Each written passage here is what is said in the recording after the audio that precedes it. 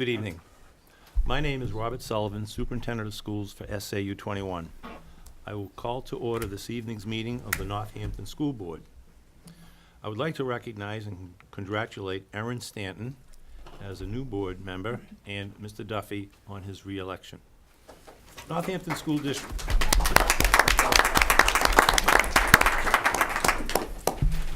Northampton School District Policy, Section B, BDA, School Board Organizational Meeting, states that school board shall organize annually at its first meeting following the school district elections. Every member shall be notified of the meeting for organization in accordance with RSA 91-2. The meeting shall be called to order by the superintendent, who shall preside during and until the election of a chairperson. The election of the chairperson should be based on qualifications for the position. Other methods such as rotation should be discouraged. As has been done in previous years, I will entertain nominations from the board for the chairperson position. If there are more than one nomination for chairperson, a vote will be taken in the sequence of nominations received. The first nomination to receive 3 votes or more will be declared the chairperson. So I will entertain nominations from the board for a chairperson position. Mr. Superintendent, I'd like to nominate James Sununu for chairman of the board. I second that. So we have a nomination for Mr. Sununu, moved forward by Mr. Duffy and seconded by Mr. Von Jess. Are there any other nominations? So we called a vote for a nomination for Mr. Sununu as chairperson for this upcoming year. All in favor? Congratulations. Thank you. Again. Thank you very much. I will pick up from here and ask if we have a nomination for vice chair. Mr. Chairman, I would like to nominate Cindy Burke as vice chair of the school board. I would second that. All right. Any other nominations? No? All those in favor? All right. Thank you. All right. We have a number of positions. If you look at page 2 of your packet, those of you who have done this before are familiar. Aaron, these are board representatives to all of these various, you can see the list there, roles that we undertake as a board. The names in parentheses are the people who did those last year, and so we generally just do this by consensus, so we'll look for volunteers for any of these. We'll start with Budget Committee. You did an outstanding job last year. Any other takers? No? All right, I'll put myself down for one more year. You said that last year. Hey, well, we got what we wanted, so I guess it worked out fine, right? Well done. And as an alternate, would you like to be alternate again, Cindy, or does anyone else want to? Okay, all right. And then, C, Representative, do we have a contract negotiation that's coming year? C, that would be the negotiation for the C contract during this year. Usually maybe you we'll could start sometime during the summer. Okay. It wouldn't start before the end of the school year, but what is so people have a reference, what's sort of the time commitment in terms of schedule, daytimes, evenings, what sort of it's normally during meetings? the evening. It depends on how it's going. You may start at the end of September, end of August, some pre-meetings, setting a schedule, and then it could go as late as November. It could be as early as sometime in early November or late October. Okay. And the number of meetings will be dictated by how you set up the schedule at the beginning and then how things go. Okay. Do we have any takers? I'm available and happy to do it. I would comment just one thing as we're getting down the list. I'm going to request consideration to continue on the OC, just to finish up the superintendent evaluation, if I may. So I don't want to take too many positions, but I'm certainly available. Yeah, so we're always critical of those who want to do too much, Tom. All right. Yeah? Yeah. I'll volunteer. Okay. Good. For the C, okay, great. Okay. Um, Okay, and are you, She volunteered for No, that. no. sorry, you, I'll volunteer for the SEA. okay. See, An alternate, I'd be happy to be alternate. you be the alternate, Tom? Okay. All right, we don't have assessment negotiation this year, fortunately. And then I'm happy to, unless there's objection, put Tom down again for operations. And I'll alternate. Greg, you want to be the alternate again? CIP? The CIP is the town's capital improvement plan committee. They put together the annual plan of capital requests for both all the town departments and the school in a comprehensive document that is then sort of used as a reference by the select board and the budget committee and to decide what capital projects might be undertaken. It's somewhat related to the budget committee, which is why I've done it before, and I'm happy to do it again unless someone finds it interesting. They are daytime meetings. I tried last time. They It are, was too yeah, much for me. so, it usually is a daytime meetings, usually on Friday mornings, starting in, I want to say August and wrapping up in October or so. All right, I'll do it again. Thank you. Facilities. I don't That mind doing meets, that again. okay, Do you want me to take yeah.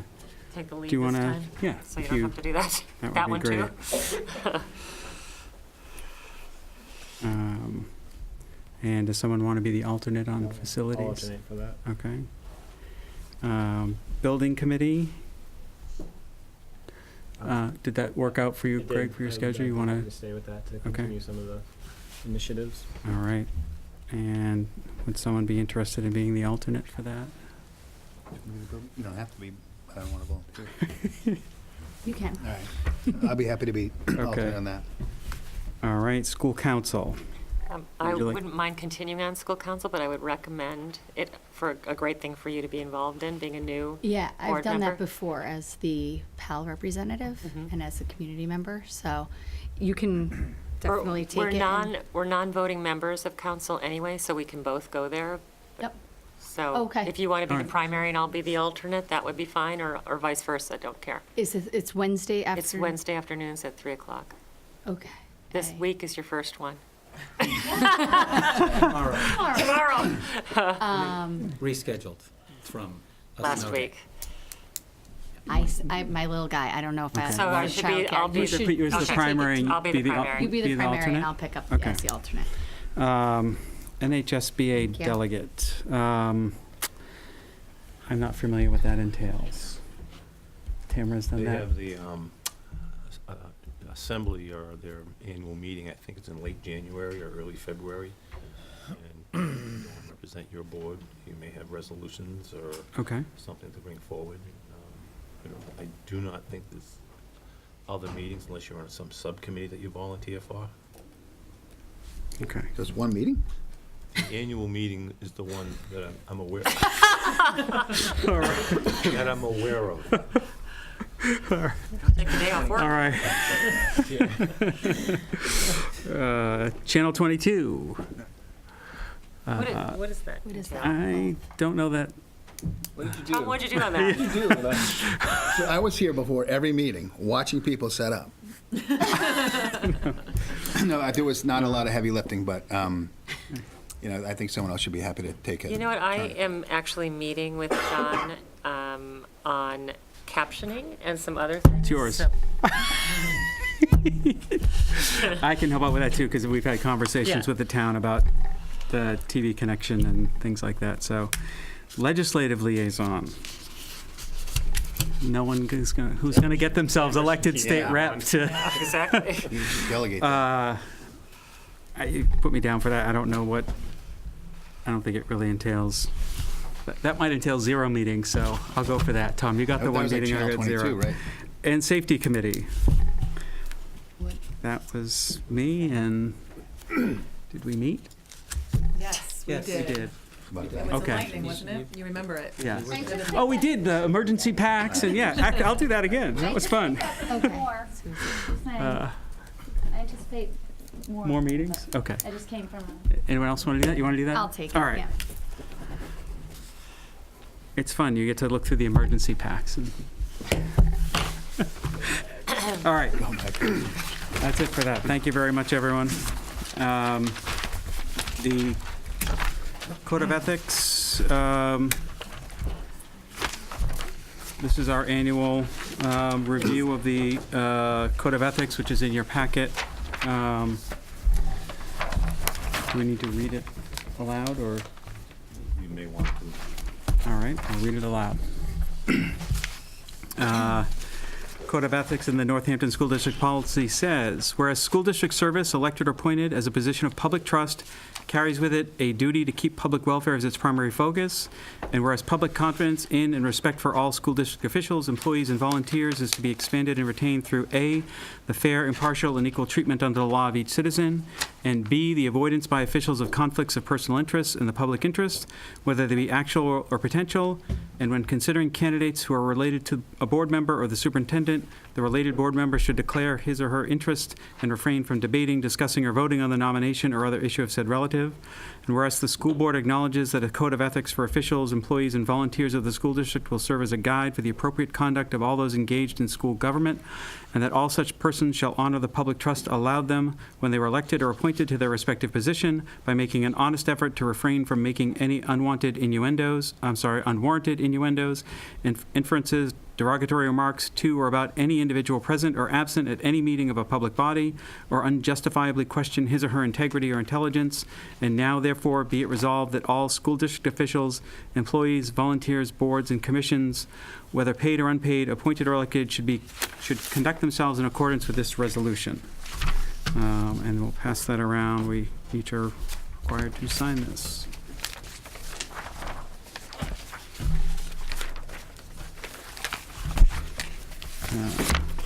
All right.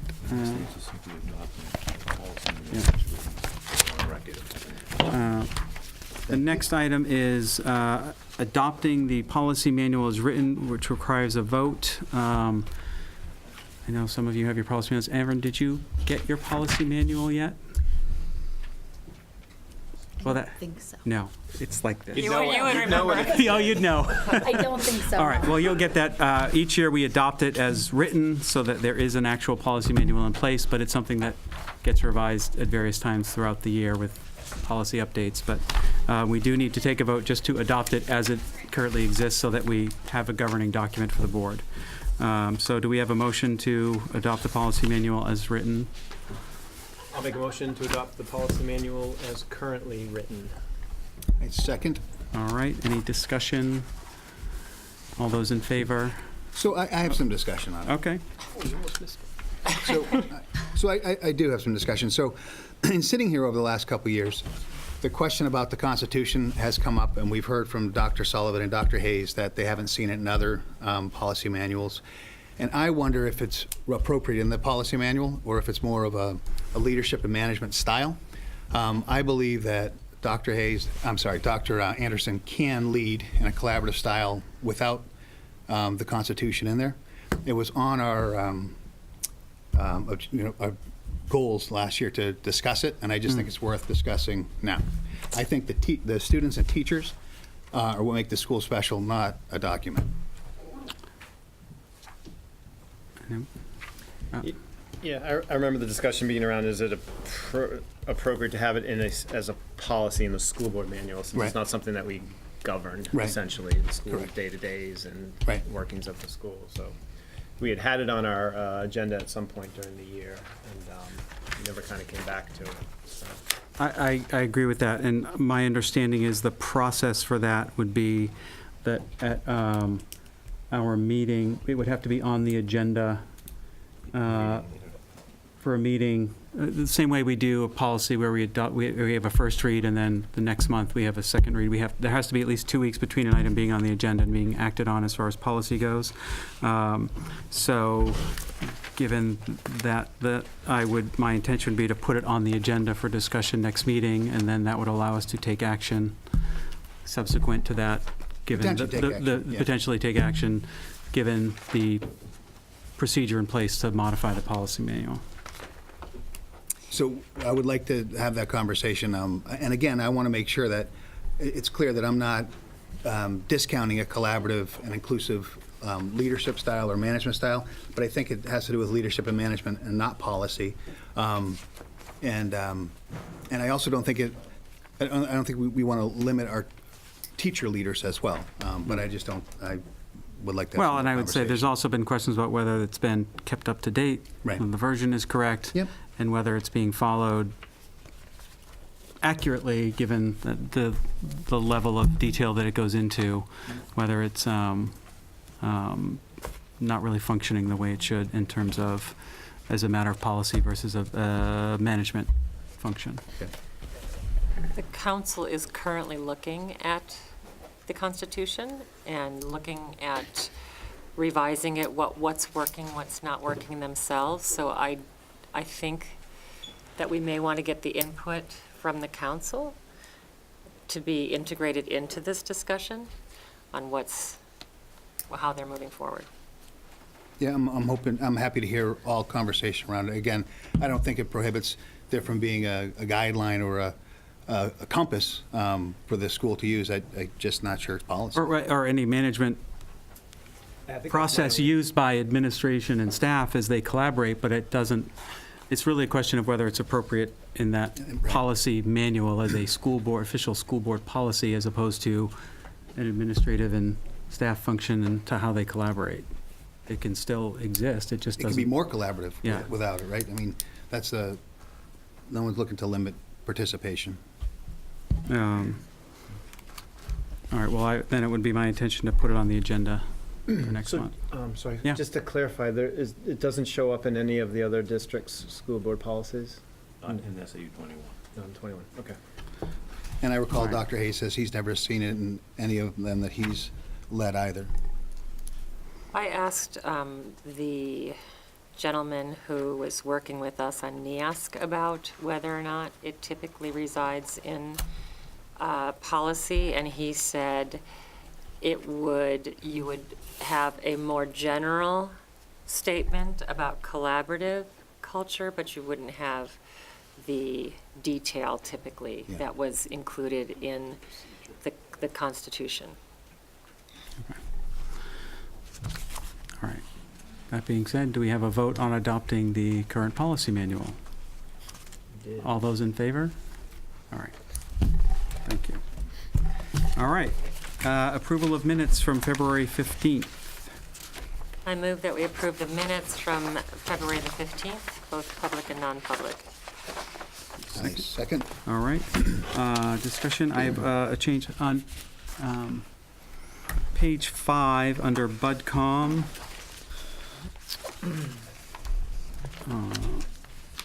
Near the bottom, the collective bargaining at CESPA was approved 9-0. Yeah. And the paragraph about the website is a little wonky, so I'd like to submit, a new paragraph, and I have it written down so you don't have to, so I can pass it to you. I'll read it out loud. Cindy Burke informed of meeting with two web design vendors. She discussed the requirement for ADA compliance with regards to video captioning. She will arrange a meeting with John Savastano and others to discuss. In addition, she discussed changing our SIS system to PowerSchool, which would more easily integrate with the new website. All right. Any other corrections or changes? No? All those in favor? Yes. And then, actually, you'll have to abstain, Aaron, Yeah, because that's what I you weren't thought. here. So 4 in favor, 1 abstention. Great, thank you. All right. Correspondence and accommodations. I'll start with Fantastic. Well, let's have a little fun, shall we? First, before I turn it over to Coach Tweedy, I just want to commend Mr. John Gamache, our facilities director, for the work that he has been doing over the storms over the last couple of months. And, you know, the thankless work, you know, for 20 hours of snow, it requires 21 hours of plowing, and so on and so forth. So thank you to John for all that he and his staff have done to keep the school in shipshape and ready to go for students when we did come back. And on that note, hopefully he doesn't have to work Tomorrow. too hard coming right up here. But without further ado, thank you all for coming, Coach. Coach Patrick Guidi, I thought that the victorious boys basketball team would be the perfect representatives for our winter athletics heading towards the spring, but just really, you know, how extracurriculars can add to what our students are able to, how they're able to learn and grow and what they're able to do. And they won a really big tournament, so Coach Guidi's going to talk all about it, introduce the team, and we'll have some fun. So first, thank you for recognizing them. And we have Garrett here from the team. We have Elijah and Owen. Typically, our season ended at the last week of January, but this time we got an opportunity to play in a winter tournament. So that extended the season by 3 weeks. They practiced for 2 hours a day. It was a big time commitment with everything going on in school. And yeah, it was a lot of fun. It was great. I was very excited for them. I was very proud of them, and it was awesome. We started off playing Exeter, and we beat them by 6 points. We played Newmarket.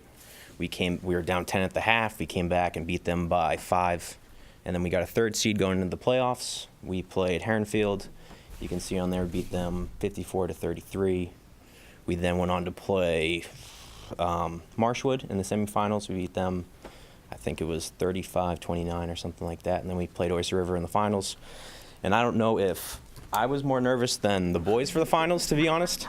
I mean, I played a lot of sports. I never coached. I never coached a championship game. I've never had that experience before. And I got home from school. I went to the gym. I worked out. I was still, like, anxious. I went home. I worked out again. And I had no idea what to do. I had no clue. Oyster River beat every team by double digits. I mean, I was expecting, I don't know. I didn't know what to do. And we were up, like, 19-3. We were up 19-6. And then all of a sudden we started missing all these shots. And it's, like, getting tight. It's getting tighter. We ended up winning 35-39. And it was awesome. It was great.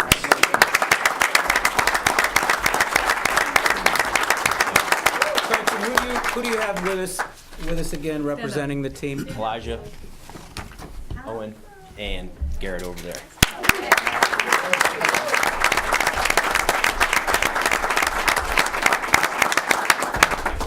They didn't just play with 3 the whole tournament. Yes. Thanks for coming out, boys. We had 15 players, which is more than most of the other teams.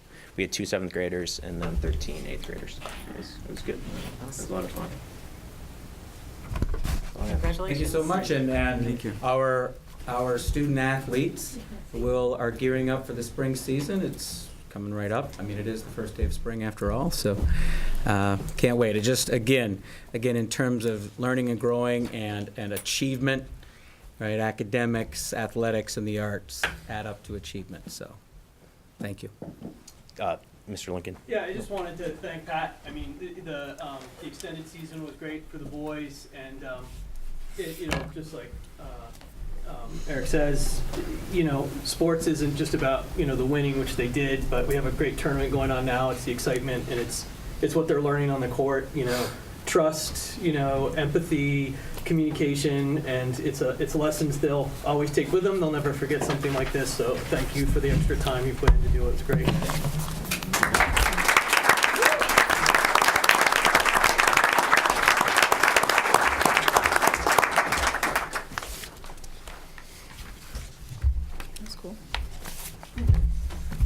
And those are my 2 commendations for this month.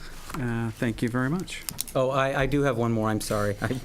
Our Wellness Committee Director, Amy Choate, and for Healthy You that took place here at the school this morning. She's not the only one, but she's the Wellness Committee Chair and was the primary organizer for the event this morning. So thank you to Amy. Thank you. All right. Questions or comments from those in attendance? If anyone would like to ask a question or make a comment? Anyone? Yeah. Oh, yes.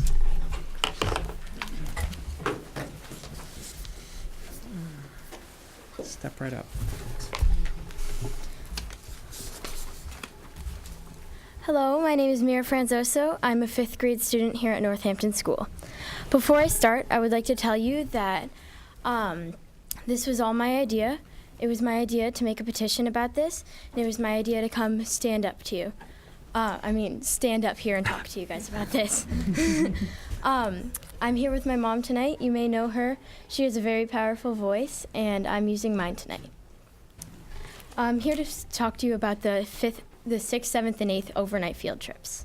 First off, I would like to thank you about reconsidering your decision about changing them. So when I heard that this was happening, I heard this from my classmate. Before the email came out, I decided that I wanted to make a petition, and because this is very important to us. Ever since our grade has heard about this, we've been really anxious and eager to go. In one school day, I had gotten almost all the 5th through 7th graders and started the 8th grade. I did not get the 8th grade finished because I found out the email came and that you had changed your decision, so I decided that the amount of signatures I had was enough. I still wanted to present it to you because the email said that next year you will look back into this and changing it, and I wanted to tell you how much this means to us and how it's very, very important to us in our curriculum. So I have a petition that I have made, and I would like to pass this out to you.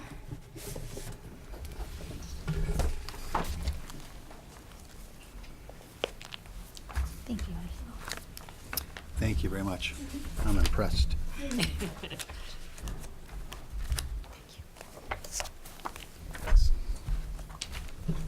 you. Thank you, Mira.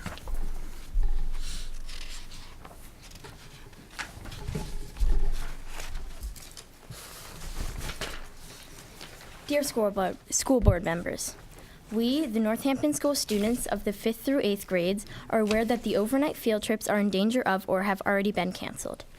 We have signed this petition to strongly encourage you to reverse that decision.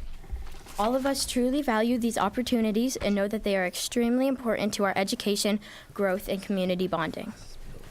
Students of NHS look forward to these trips for many years and will remember them for many more. These trips help students gain independence and confidence in themselves. They allow students to learn from experiencing real-world situations. Students also gain the ability to work with peers in large groups, which positively affects the rest of their lives. These are only a few of the many benefits we take away from these trips. It is for these reasons and many more that we ask you to reconsider your decision to end the overnight field trips and take action into adding them back into our curriculum where they belong. Respectfully, the 5th through 8th grade students.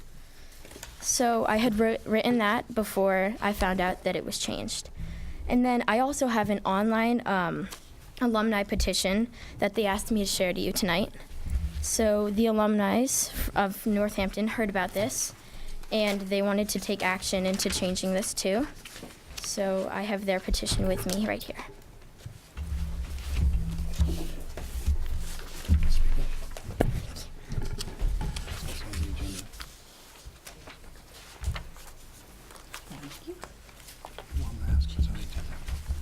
Thank you very much.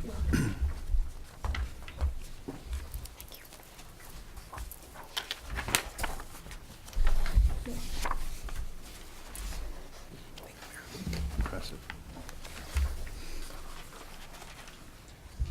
So once they heard about this, they decided to take action. So on the online thing, we got 107 signatures. And I would like to share this with you. We are Northampton School alumni, and we are aware of the recent decision of terminating all overnight excursions due to lack of staff, budget, and miscommunications between students, parents, and faculty.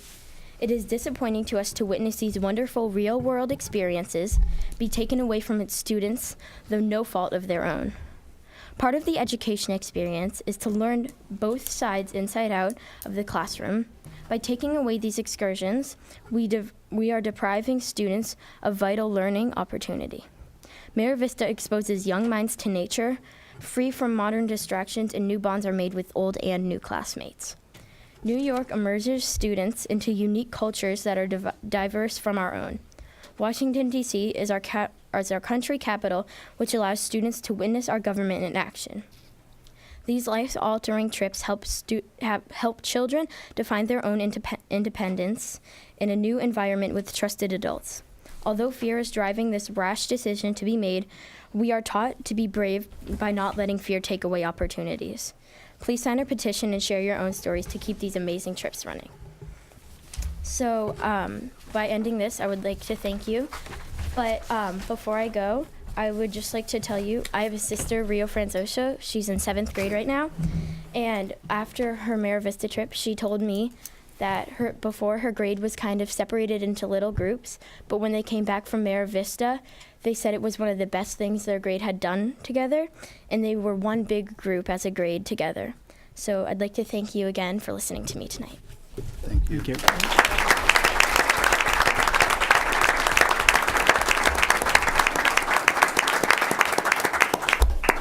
Are the field trips on the agenda this evening, or should we address questions now? They are. There's an update on overnight trips under continuing business. D. So I really appreciate you stepping up and using your voice. I'm really impressed, and I cannot wait until we hit that topic. Okay. Anyone else have any? Mayor, I'd like to Oh. thank you also for standing up. It takes a lot of guts to stand up in front of a crowd of people you don't know. Some of us you know, but some you don't, and it's tough. So I would encourage you to hang around for a while and hear the discussion. Thank you. Thank you for listening to me. Thank you, Mayor. Any other questions or comments? Well, Mark.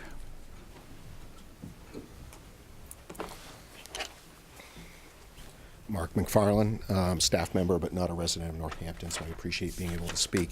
I just want to address the conversation and the topic of the Constitution. I happened to get a job here the year after the Constitution and all the legwork was done and the reading and the studying to form it. And I was the beneficiary here for over 13 years of that. It's not a document that makes a school, you're absolutely right, but it was a guide that really did ensure some tremendous collaboration, and I respectfully question removing a document might improve collaboration. I don't quite get that. I do understand, and I get the fact that it may not be appropriate in a policy manual. And my understanding is that that is a supporting document that supports the collaborative nature of that policy. So I can respect the discussion of removing it from the policy itself. Mrs. Burke alluded to the fact that we are taking a look at that as a staff and an administration now. We've been neglectful in doing so. We've had 4 different administrators here in the span of about 3 years.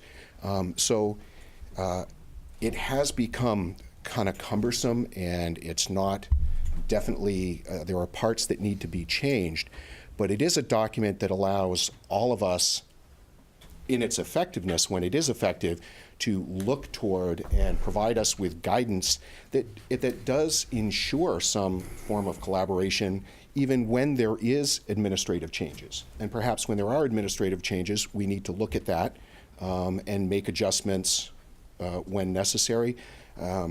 It is the time for us to look at it, and we are. And in the policy manual, I think it's kind of shameful. I don't know whose responsibility, but you've got a constitution in its original form. And we have, as a staff and administration, looked at that numerous times, and it's been updated over the years, but it has never been updated in the policy manual. So what you see there isn't what we actually go by. So please, when you're talking about the Constitution, I think there are a great many people. I know I really look toward it and think it's a valuable document for our school. Please don't throw the baby out with the bathwater. If you decide that it doesn't belong in the policy, does not mean that some form of a document such as that outlines how collaborative work takes place with very qualified teachers and parents and board members and community doesn't have a place. Okay, thank you. Thank you. Any other questions or comments? Those in attendance? No? Going once, going twice. All right, thank you. We will move on to education update. Pie heads, my understanding is the pie heads are busy right now. This is also very exciting. And the Oh, first, they are. The first portion of the presentation, the title of it was my mistake, so I take responsibility for that. But we have a first Lego League team. Oh, okay. Okay, with Coach Brenda Tharp and her students, and then the team that calls themselves the Pie Heads, who are they all 8th graders? Yes, I think. They're all 8th graders, and they're all up at They're all dress rehearsal upstairs. right now. Okay. They'll come down in a little bit. But first, we're going to have Coach Tharp and her students to talk about FLL and their accomplishments this year. Great, thank you. I will try to be brief because this is the fun part, but there's a little bit of information I want to give you beforehand. First is that thank you as a school board for supporting the robotic program in our school. The current group of 8th graders started 3 years ago in this program, the first Lego League, and they did that as 6th graders and 7th graders. And this year they chose to move on to the next higher level, I guess. And this is a new crop. We had 9 kids this year. First Lego League, I think you could start as an 8th grader maybe and go up to 13 years old. So we had Giovanna Bogero was our lead coach, and we had 2 assistant coaches, Sean Dione and Buster Souther. We had 3 7th graders, Liam Dione, Will Nowak, and Noah Souther. And then we had 6 6th graders, Sabrina Butler, who is here tonight, Ivy Heffernan, Maggie Maloney, Nick Sloan, who is here tonight, Henry Marsh, and Laird Sullivan, who is here tonight. So we have these 3 that are going to show you a few things. I just want to really, I'm trying to be brief, but there's so much information. There are 3 parts to this program, the first Lego League program. And when you go to a competition, all 3 parts count equal. So as flashy and as exciting as the robot portion is, that's only a third of what they have to do. There is a core values portion. There are, I think, 8 core values like teamwork and cooperation, which is kind of a combination between competition, cooperation. There's just 8 core values that are important, and at the competition they go into a room and the judges give them a task to complete, and they are judged on how well they fulfill those 8 core values. That counts as an entire third of the competition. And then the final third, the second third is a project. This year's theme was water, and Sabrina in just a moment is going to tell you what we decided to do for a project. Every team has to come up with a solution to some problem, and this year it had to be a problem involving water. So Sabrina is going to share that, and then we're going to show you some of the Lego in action. I know Sabrina would feel more comfortable if we all turn and get set up how we're going to set up, because she's going to stand back there and tell you about it, and then the boys are going to show you the robot. So if you would be willing to stand up and come back here, you're going to see it a little better. Thank you.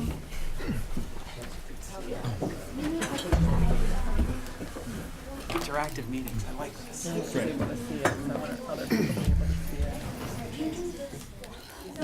if I can just add, so what Sabrina's going to show us first is she's going to introduce what the project was all about. This is kind of the engineering and science part of what the whole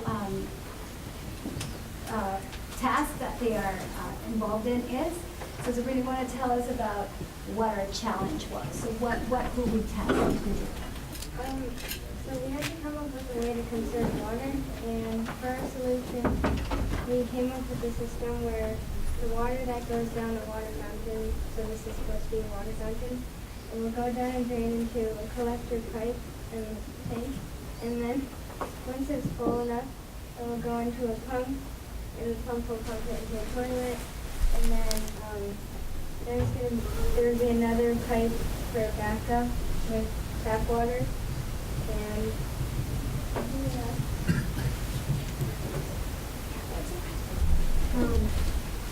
so there were a lot of different challenges that we had to do. And so we're just gonna go through a few of them and just show what they are, and then we're gonna go through the ones that we were able to do with our robot. So one of them here is, there were two challenges in this area. One of them was to have the robot take this, push it, and put it in like that.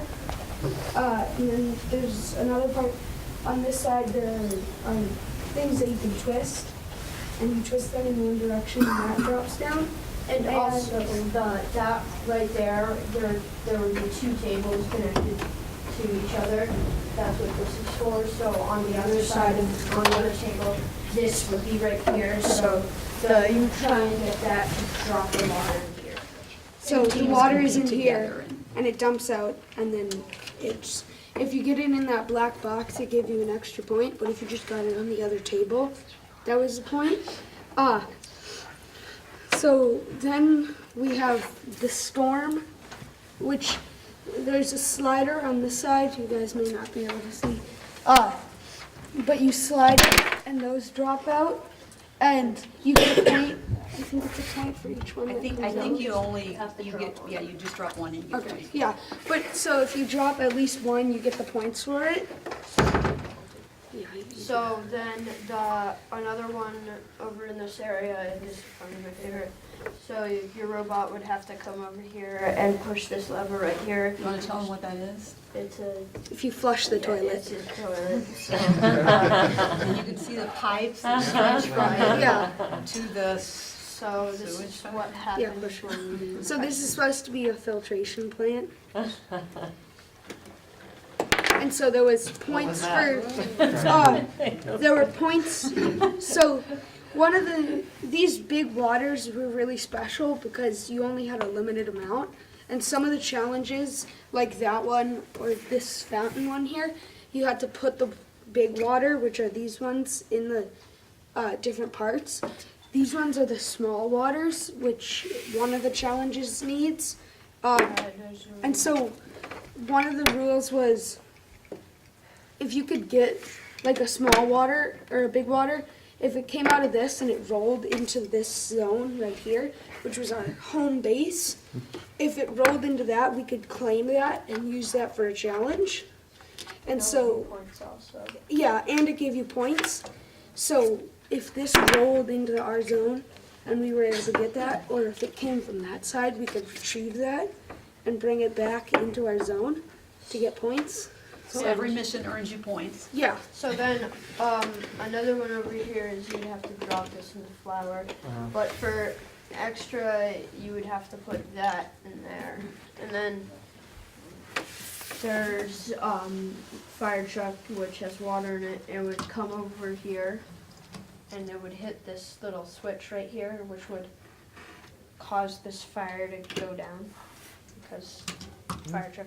And then, so then there was That one's this. broken. Yeah, this is just totally destroyed. So, this is a faucet, obviously. So then what you would do is you'd have to come over and then you pull this, well, it's not working right now, I don't know why. It's okay. It would, this would come up and then it would turn into the blue water. And then there's this last one, which it's, so you have to get the robot to hook onto that and then bring it back to the home base. And you could only get points if you got it back to home base. So as easy as this all sounds, right? We have to program all of it with the computer. They had to build the robot and program it to do all this. So they accomplished, I think, 3 missions really solidly. Yeah. So they're going to show you this. If I can add to that, so they have 2 minutes to complete missions. To complete as many missions as we can. So we had to like program and like code all the stuff and have it fast enough to do all our missions in 2 minutes. So we had to we kept having timers and seeing if we could do it in under 2 minutes, and then seeing how much time we had remaining so we could work with that. And so we just had to increase speeds and change tiny things like 0.5 of a degree to get the turn just right. So there's a decision they have to make when they're trying to program it. Do they program it to solve a couple missions at once and then come back? They can only touch this robot if it's here. So they could program a mission, it goes, and then they come back and they change it and program another mission. So I think their first one, is the first one, is the first one? Yeah. Well, that was the first one, but we're gonna. You're gonna do this one? Okay. So they're gonna do a couple It doesn't missions. work every time. So in the competition, we had to try one of the. We had to play the code like 3 times to get it to work, and so some of the stuff it just we had like a half-finished code that we were gonna try and get something done, and so it kind of worked. And so we got points for it because it worked and it knocked the thing that we needed to be. It was this, and so we had this crazy thing with like this giant, really tall bar, and it was supposed to go over there, and we, instead of turning and hitting and knocking this sideways, it just rammed into it, and the water fell out. And we got the points. Okay, so we're just gonna do this one and another one. And so we programmed all this. And that one. See, it doesn't work every time. So then, let me do this part. Whoops. So as they work on all this, I'll just add, so doing all this, they had 8 weeks. And this included the project, this included setting up, because it doesn't come looking pretty like this. They put everything together, they need to identify what the different challenges are. They need to strategize depending on how many points they're gonna be able to achieve, make sure that a certain amount of missions that they have are actually successful. So it's not necessarily achieving the 17 that they have available, but maybe doing 3 and doing 3 really good ones. And all of this, trying to figure out how to work together. And 9 kids doing this, it's a lot of kids. Because there's one robot, right? And everybody wants to do this, but then they have the project part, which was not exactly the funnest thing to do.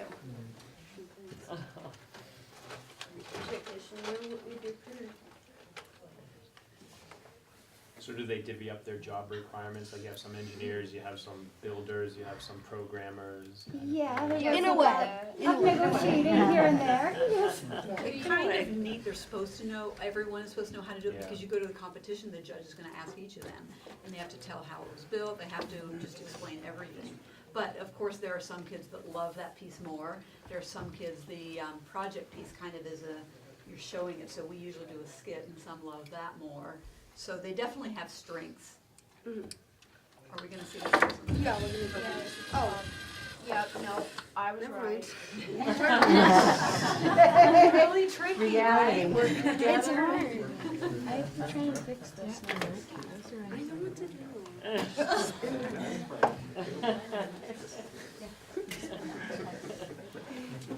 Trial and error.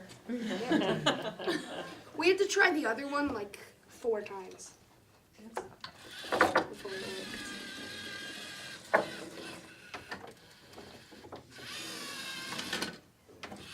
And so to get the points, there's this little lock thing so it doesn't go backwards. And so to get the full points, if you did it like that and that didn't fall down, you wouldn't get the points. So you had to knock it all the way down so it locked to get the points. Okay, we just turned it off. And are there any other questions about the robot and the pump or just anything in general? Awesome,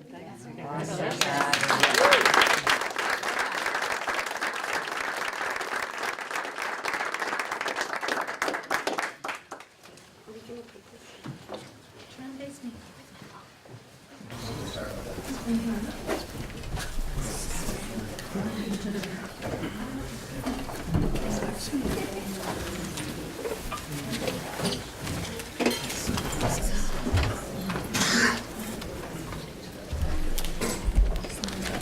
So if I may, thank you to the students and their coaches and all the other folks that have helped with the FLL program. When they come in, if we can, pardon the interruption, style, have the 8th graders and the pie heads do their thing. Thank you so much. But yes, please, absolutely. If this is being televised, this is a great program, and the only way it can happen is with coaches. We have been so lucky to have parents that are willing to do this. This was our first year of having 2 teams, and it takes bodies, it takes coaches, and usually parents willing to help out with the team. So we would love that if more parents want to take this on. Thank you. Thank you. And so we need the students, but we need the staff and the parent and community volunteers to make this go and to make it possible. But obviously you can see STEM and STEAM is alive and well at Northampton. So thank you very much. As a belated shout out, Brenda, and I see Mr. Ambrosia, who just sort of is in and out. My son Calvin is in 8th grade, and he was one of the original pie heads. So it's good to see them continuing. But to reiterate what Brenda said, it's a ton of parental work, and it's a really great program, but it does take a commitment on both the students as well as the parents, and we've been very fortunate to have Brenda and Mr. Ambrosia to dedicate a ton of time towards it. So I believe the torch is being passed soon here, so. Right, yeah, we're recruiting, we need the torch to pass to somebody, so. Yeah. Brenda's the field, yes, we're working on it. So, thank you.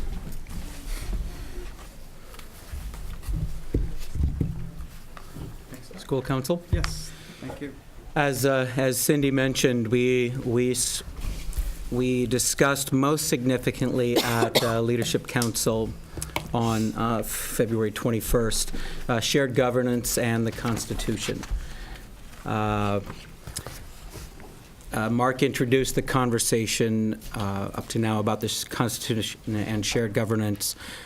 We framed it with what works well, what doesn't work, what needs changing, and grade level teams, or UA as a team, were asked to discuss the Constitution, shared governance, et cetera, and then bring it to council and then report out. I won't go through the various grade level report outs, but there are common themes. We need to clarify. We perhaps need to amend, adjust, and so on. A common theme that came up through the grade levels was mission, vision, and guiding beliefs. So, in other words, the Northampton mission, vision, and guiding beliefs, and that they hadn't been attended to. We haven't taken a look at that cornerstone of how we operate, how we go about our business, what we believe, and how we work with kids and for kids, and so on. So we segued into a discussion about that as it pertains to shared decision-making. Do we need to take a look at our mission, vision, guiding beliefs before we attend to the Constitution and/or how the mechanics of how we go about with shared decision-making and shared governance at Northampton School? At that point, we talked about perhaps the need to get on solid ground, good collaborative ground, climate and culture-wise, in how we work together, why we work together, and so on and so forth. And we talked about potentially bringing in an assistance program, a facilitator, to help facilitate. We as a Northampton faculty, a good collaborative shared culture and climate, so that we could be in a good place to work on collaboratively with the community our mission, vision, guiding beliefs, and thereby how we go about with shared collaborative decision-making, shared governance, et cetera. So there were a couple of other things we talked about, and I'll come back to that. We talked about Power School, which will come up, and we talked about the school calendar, which the board will vote on this evening. So we decided at the Leadership Council to come back to the possibility of a facilitator at our staff meeting, at our March staff meeting. We had our March staff meeting on March 7th. We talked through the pros and cons, why people were for it and or against it and or indifferent and so on and so forth. But it was a very, very open, transparent conversation. I appreciated it greatly, as I think all of our staff did. And in the end, we took a vote. And without putting a number on it, people, the Northampton faculty very much want to get on solid ground. And if we need, help and or facilitation, which we decided that, yes. So we're going to move forward with a facilitated process to be determined as to which outfit, School Boards Association, Administrators Association, Health Trust, Student Employee Assistance Program. So that remains to be seen, but we will be embarking on that through the spring, and we won't stop there. So that, in a nutshell, starting with shared governance in the Constitution, we went to mission, vision, core beliefs, to climate and culture, and everyone wanting to be in the best place we can, and not, I think, being very open and honest about, well, we don't appreciate, we certainly don't enjoy where we are, and we're going to, first things first, we're going to work on it with open arms. So thank you. I had a question. When you talk about a facilitator, there's a couple things that come to my mind. There's a facilitator which helps you as an organization sort of frame up your own conversations and facilitate your work. And then there's the facilitator that I would call more of like the consultant, who has expertise in how to tier things like guiding beliefs and visions and objectives and goals and how those relate to each other, because there are different nuances to each one. Is that, so I'm curious as to when you say facilitator, what is the intent of the facilitator? Would they be someone to help just sort of organize your thoughts as you guys go about your discussions, or is it someone to come in with a level of expertise around what these guiding beliefs or any guiding beliefs, sort of how they're defined and how they tier in an organization? In a nutshell, that would be next level work for us, the mission, vision, guiding beliefs. So first and foremost, to help us guide, facilitate ourselves in working together and getting on common ground and common understanding. People need to say what they need to say. They need to be heard. They need to be trusted that they're being listened to in a way that, there is no fear of not being listened to or not being appreciated or respected in the moment and the process. So we more so along the lines of someone who will come in and help to frame our work for ourselves, make sure that we don't get off track, and that we stay focused on, the primary goal, which is a very solid, productive, professional, heartfelt, respectful professional culture. Okay, so it sounds to me like you're talking about First. climate and culture first. Yes. And then tiering and vision. That's right. Second. That's right. So I have one, so I think that's fantastic. I think that's really good, and I'm not surprised to hear that everybody wants to get on the same page and move forward. And from having individual conversations with folks on the time, over the course of the last 2 years, I think it's great to have that happen. I look back and I think about the collaborative process that the school board and the community used to hire and select you, and that teachers were involved in that. So I know through that process that people can come together to have a great outcome. Thank you. I would encourage you, as you lead through that process, to help have some honest conversations about the difference between a collaboration and agreement. Because there can be a lot of collaboration. You come to a decision that not everyone agrees upon. How do you help people move through that don't agree to get on for our students? That's, I think, our biggest opportunity. So, Okay. Thank you. Any other questions for them on that? No? All right. Thank you. Report card update. Fairly quick update for the board this evening. Thank you. Our grades closed on Friday the 16th. Term 2 is over. Our teachers are working on putting the report cards for their classes together and making comments in the appropriate sections. On a personalized, individualized nature, report cards will be available to parents and families on Tuesday, March 27th, after school, so 3 p.m. So teachers and staff have a good amount of time to get our Term 2 report cards together. In terms of some logistics pitfalls with Web to School last time, they have been primarily rectified.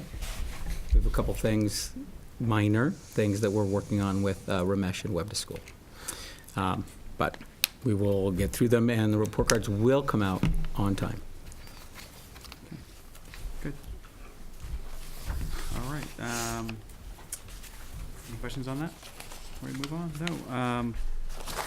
Continuing business. Does anyone have any updates on board goals? I have a general comment on that is related to board goals, which is we just think about our annual all-day retreat and planning and discussion.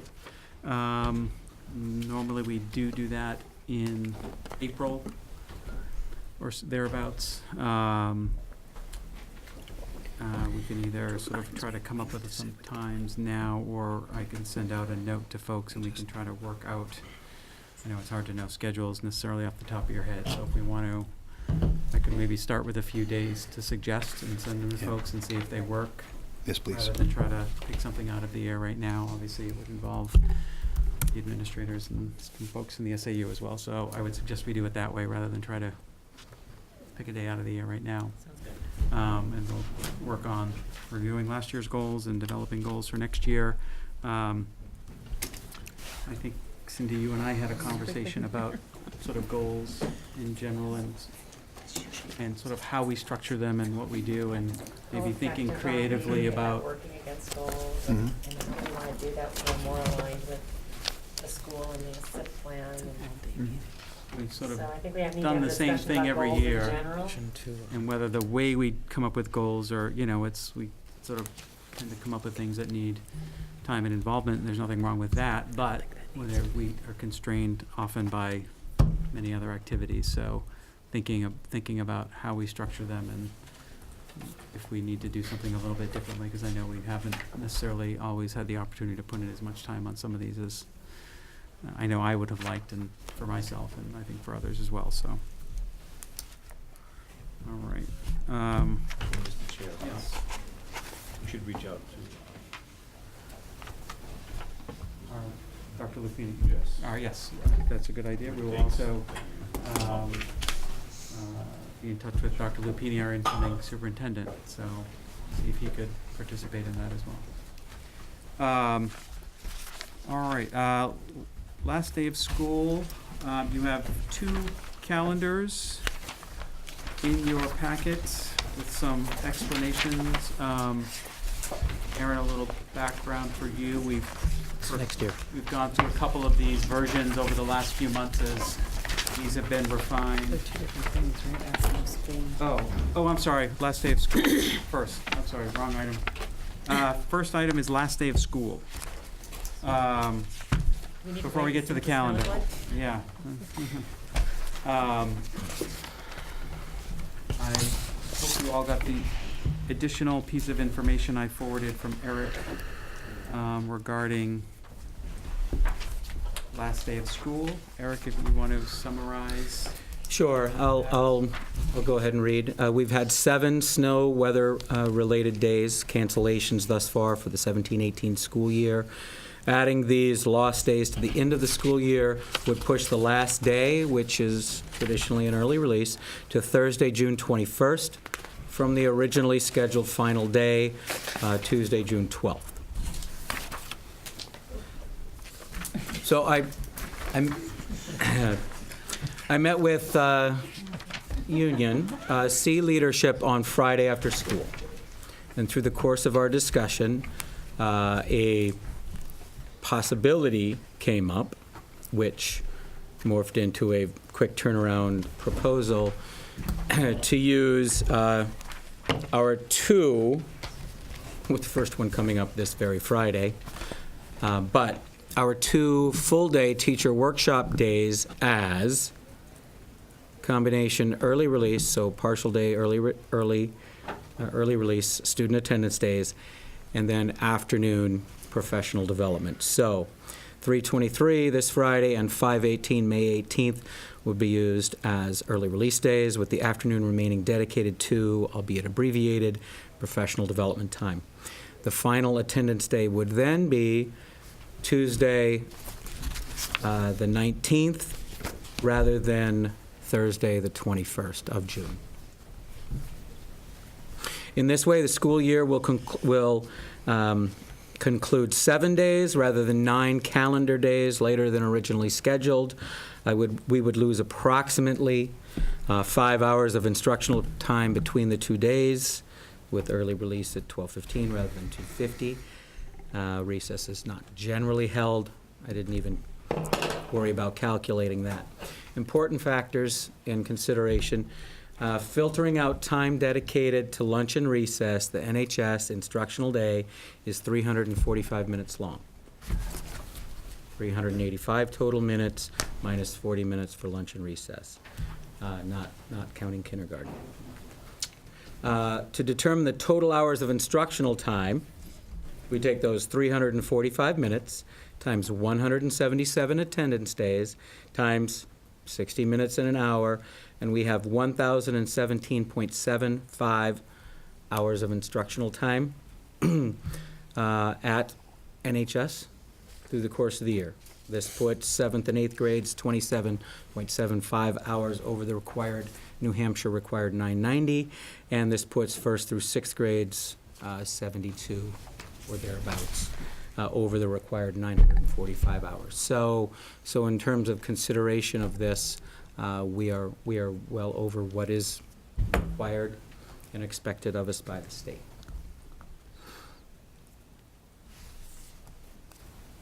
So I certainly am appreciative of, and we talked about it on Friday afternoon, of how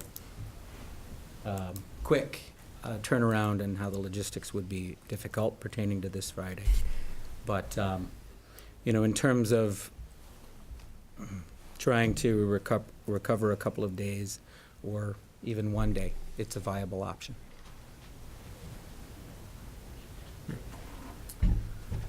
Questions, comments, thoughts? Short notice for parents making accommodations Yeah. for Friday. I find that one a little probably. My thought was maybe splitting this a little bit and taking advantage of the May date to do that, and go to the 20th.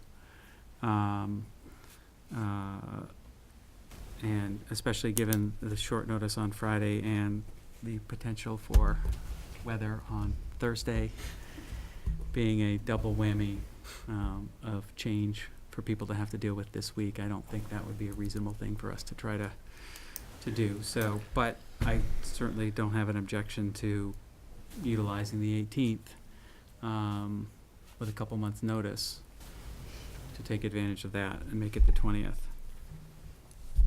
I don't have an issue with that. Me either. Just it's short notice for parents. You bet. I understand, of course. Question for you. Well, maybe we finish this part, but it is related to snow. Oh, okay. Karen? No? Okay. All right, well, that being said, then I would propose or make a motion that we set Wednesday, is it Wednesday, June 20th? Can I ask one other quick question? So I apologize, and I want to go forward. The recess is generally not held. Can you elaborate on that a little bit? Is that in middle school? Early release On days. early release day, okay, thank you. Early release days. And Thank you, I appreciate that. And I just noticed my March as compared to June typo. That's okay. Put this together too quickly, so my apologies. But yes, and in New Hampshire for 1st through 6th grade, up to 30 minutes of recess counts towards instructional time. I didn't even factor that in here. If we Thank you. did our elementary, Let's just get our it first through addressed. fifth grade attendance That's is That's how you're way shooting. beyond. But we like it that way, so we like it that way.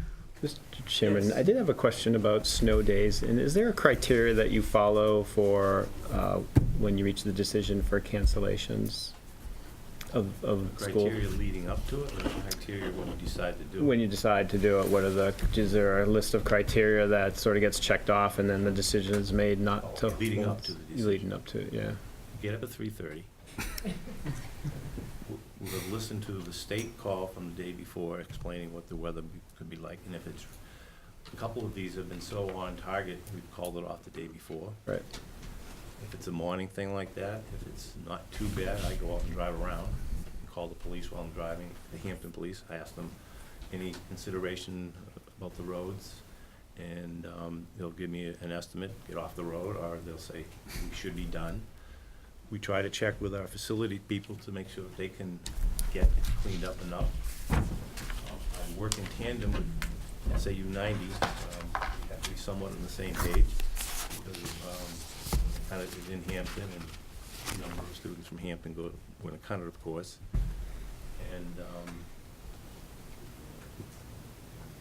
And does one school affect all of the schools in the district? Like if there was an issue in Hampton Falls, say with the facility not being able to plow it, would you cancel? Does it cancel for the whole district, or is it just? Not weather-related. We've had buildings that couldn't open because of a power failure or some other reason, so that school wouldn't have school. That school. In the history that I've been here, for the 8 years, it's been SAU 21 goes, if we're all going, particularly with the high school, coming from different areas too. We've had instances, I think Hampton Falls a number of years ago had some power thing. It wasn't even weather-related, it wasn't even during the winter, I mean. So there have been occasions where one school might be off because of a specific building problem. But on the snow, it's been consistent of SAU 21. Okay. Thank you. So just one quick question. If we do go with only the May 18th as the, just as an early release that day, so then that would change the date to Wednesday? We would just be able to get one, okay, Wednesday the. 1 day back. Okay. Even though our hours seem to be well over, right? That's not included as part of my proposal. Okay. All right. So I will move that we set Wednesday, June 20th as the last scheduled day of school, with the May 18th professional teacher workshop day being set as a early release day. Is that pending this next snowstorm, whether or not there's a? I'm not even discussing that. Okay. There's nothing in my motion related to upcoming weather. Then I will second it. No future motion. With us being in good shape hours-wise, once the board has set the last day, we can comfortably rest on that last day. And still have the Yes. ability. Okay. Yes. That's why we have Wiggle room. wiggle. Buffer. Okay. All right. I'll second it. All right. All those in favor? Great, thank you. Make your vacation plans, everyone. All right, now, the school calendar. School calendars in here. We've looked at these a couple of times as they've been,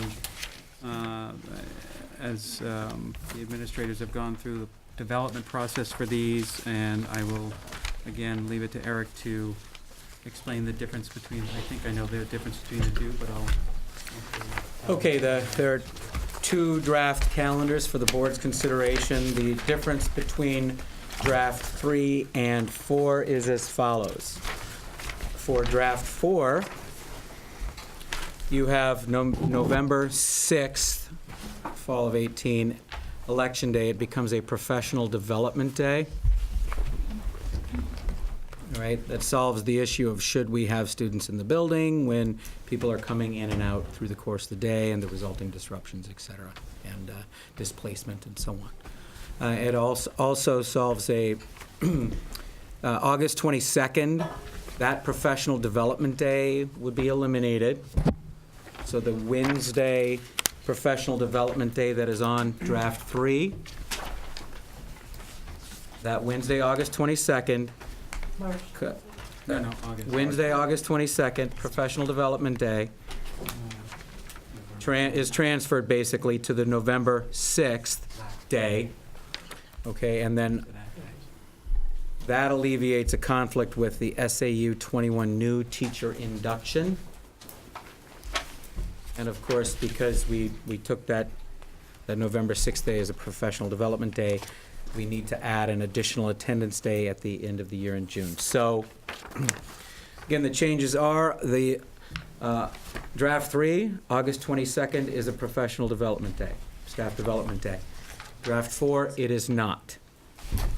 Draft 3, November 6th is not a professional development day. Draft 4, it is. And draft 3, the last day of school, half day on June 12th. Draft 4, a half day of school, June 13th.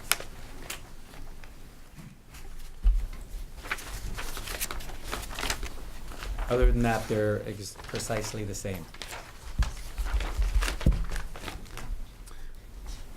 I would just say, I think it's beneficial, we're avoiding with number 4, draft 4, we're avoiding 2 conflicts with the SAU date on the 22nd, and also with the elections, I mean, the disruption, obviously the difficulty of morning drop-off in buses, and that's the busiest time for voting, and that can be chaotic in the parking lot. I guess the snowstorm did us a favor this past week. Hats off, but yes. 1,000 people voted in a blizzard. So. And in the November elections, we see even more, and I think from all indications are the town has been looking to the school to do the elections more often, given the constraints of the small town hall, both in its size and ability to handle a number of voters and in the parking situation over there. So I think that kind of is a community benefit, that if we can make the school available for voting, that's great, but obviously we want to avoid disruption to our students and our parents on those days, and if this accomplishes that, I think that's a net-net. Yes. It's included in my board report, but I'd like to mention it now. Huge accolades to Dr. Anderson as well as the rest of administrators as we're moving forward in our alignment work. We looked at the calendars together and tried to get as many of the early release days as possible throughout the 5 districts aligned so that we can collaborate and use some of our resources and give time for the teachers without disrupting instructional time for the students. So I'm really appreciative of them and how they're all embracing that. So huge kudos to Dr. Anderson for working on that as well. So I'm in agreement with James. I just have a quick question and a comment. Will you remind me what November 20th is? It's blue here, but I don't see it in the key. And it's the same as March 8th. What kind of days are those?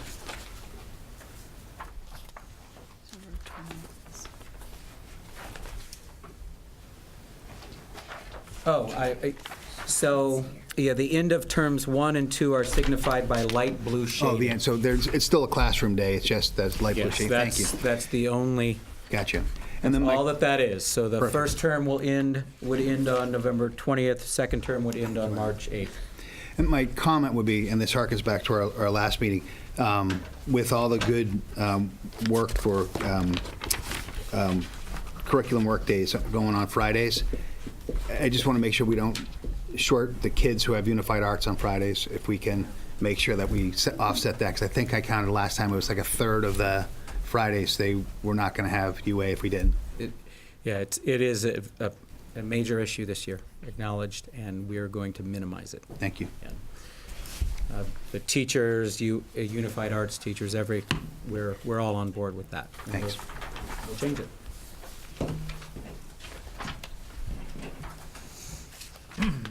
Any other questions or comments about the calendar? No? I'll move that we adopt draft number 4 then. Any other discussion? All those in favor? Great.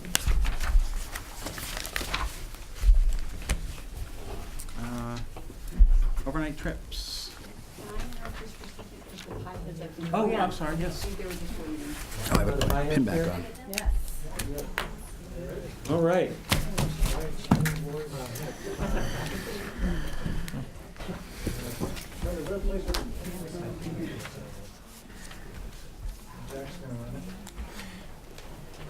Mr. Ambrosi, students, you've been introduced previously, but I'll just set the stage. The stage has been sufficiently set. So we have Mike Ambrosi and the Pie Heads.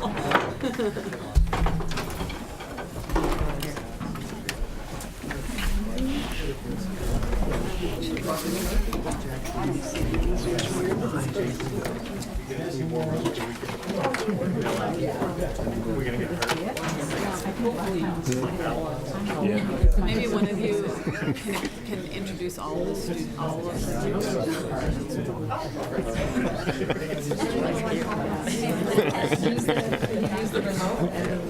Yeah. So this Jeans. Boys, remember you're presenting to the entire phase, so you want to... Yeah, we're the ones that count here. Oh, no, that's over there. But you can stand over here, maybe. You're good, you're good now. That's funny. Not buying that.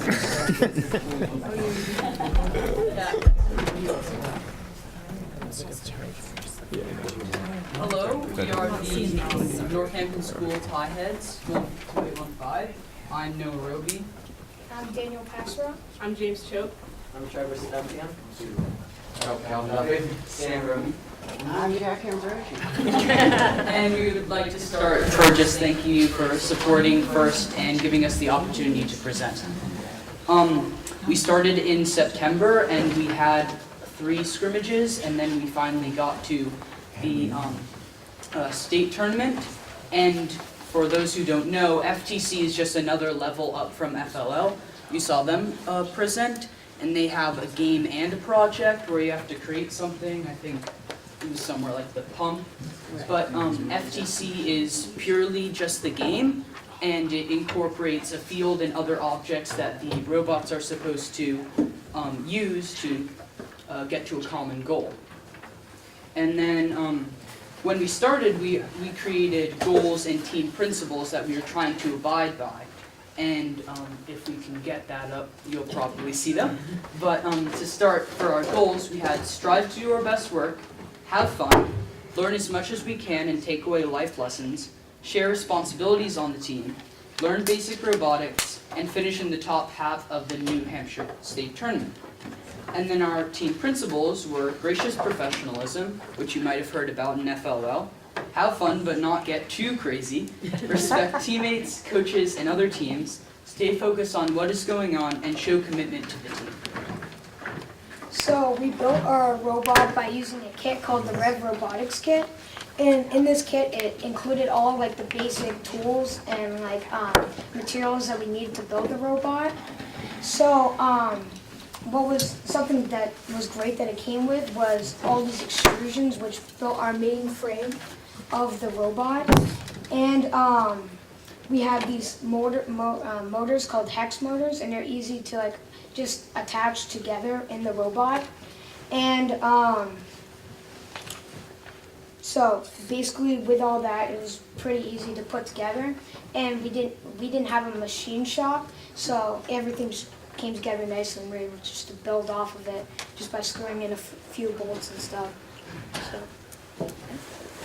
Right, and the physical robot itself is so almost all the drivetrains, including the lift, which is a one-stage lift, and the actual drives, which is a 6-wheel drive, is all made of chain, solely of chain.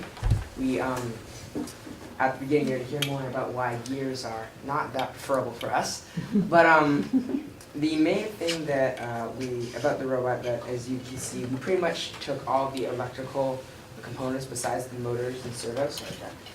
and we push them all into one module, which is right back here. It has the expansion hub, or the brain, basically of the robot, the battery, and our Motorola G4 Play Android phone. Oh, yeah, I got that right. And also, one of the most enforced rules, or easiest to enforce first, is the numbers. And we had to, the numbers are strictly half an inch wide by 2.5 inches tall, which was kind of annoying, but we like our little labels. So we put all of those on, and then on the front we had a gripper made up of 2 robotic servos, the plates, and that can grip one of these grip.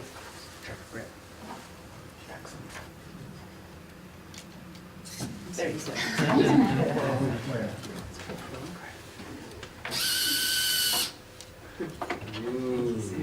So Sam just talked about the hardware aspect of the robot, but there's also another part involving software.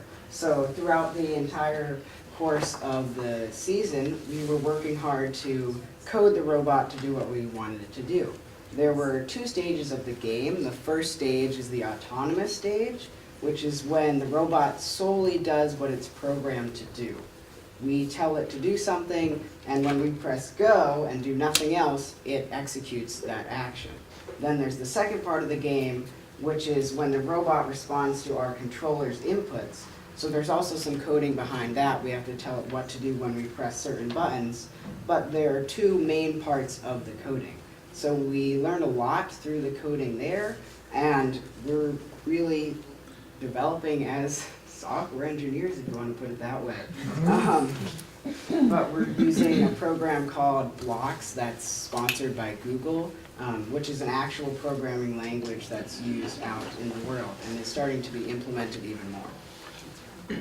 Alright, so you've seen this big, giant, fabulous robot that we have here, the gripping, the lifting, all that, except though we may have got here via success, we could have got through our success with some failures tied in there.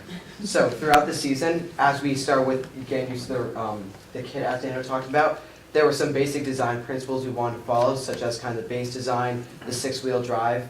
The Omni wheels, which are these little wheels that have wheels on them, allow us to turn much easier. So by ordering more of those, we kind of had some really nice turning capabilities in the front of the robot. We started with, instead of a lift, we began with a 3-stage parallel arm, powered by gears. However, with the weight of the gripper, the arm, and the lifts together, the gears backdrove a lot, no matter how many stages we put in. And we put in about, how many stages we put in? It was like 1 to 30 something. The ratio was about 1 to 30. That's 130? Yeah, 130. Okay, 130. It was a lot of gears, and it still would not work. So after one of our scrimmages, we decided against that, and soon switched to the lift design, which has been proven much easier. The expansion hub, which is kind of like the central nucleus, I guess you could say for an analogy, of the robot, kind of is the point where everything kind of connects, is controlled, etc. Our original design for that, as like before we put it in, we held it together with zip ties and all that, just like, you know, bare bones, except eventually we had to find a design for that. So getting it vertically was really easy because our phone could kind of just slip in and the wires are kind of just there. It was a bit messy still, but we kind of tied it up with special wire taps, ties and all that, yeah. The last thing, for the lift design, we began with a system of gears, except once again when that car drove or wasn't very efficient, we realized that since we used the chain for the wheels, then common sense, maybe it'll work for the lift. So once we threw in a couple stages of that, it was proven to be much easier, and that's how we got to the design that we are at now. Yeah, along the way we learned a lot of lessons, and I've had to keep a lot of things in mind to help us move forward.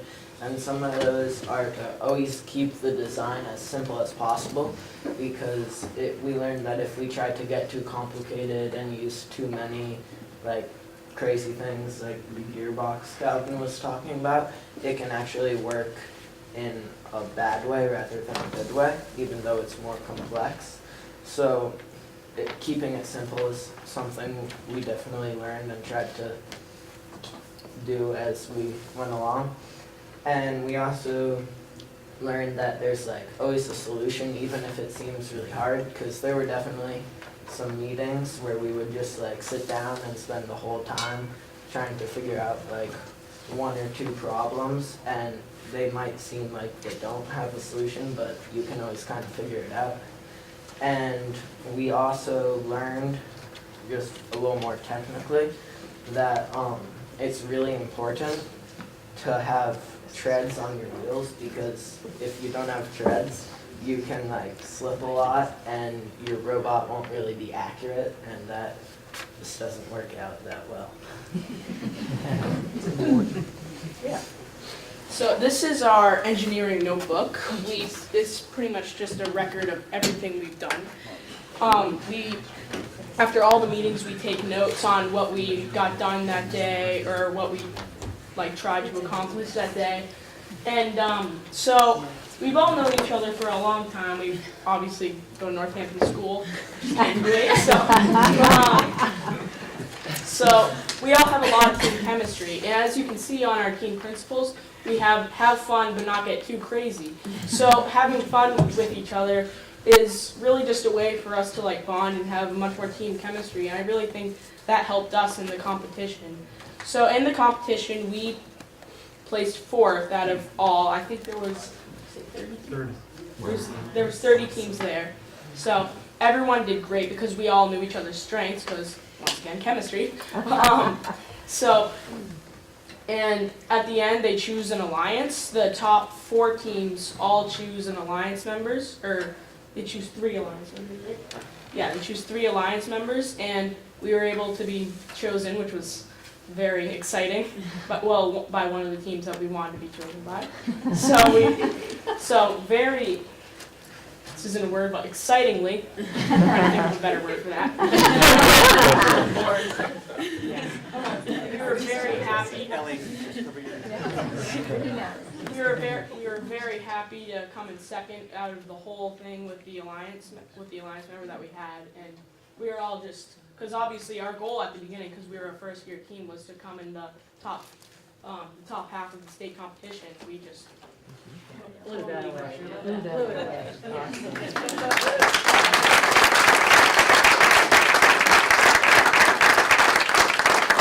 And lastly, we would just like to thank you, the school board, for supporting this team and making this happen. Thank you. Get some receipts in here. You sign off. Sure, I'll explain the game.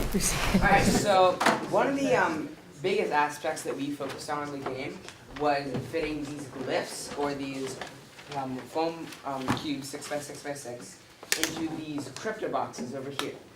Each one of them can fit 12 total glyphs, and if you get 10 points for a row, 4 points for a column, and 2 points for each glyph. But one of the really, or at least I thought was one of the really neat parts, is if you could put them in certain ciphers or pictures, you would get extra bonus points, and that was, I think, only 2 teams in the whole competition did that. That was pretty exciting to see. Yeah, we're just going to show you basically what the lift, that is pretty much what we focus on for scoring, along with just getting in certain elements or in certain places on the playing field. And this is our robot in action. Ready? Yeah. Right.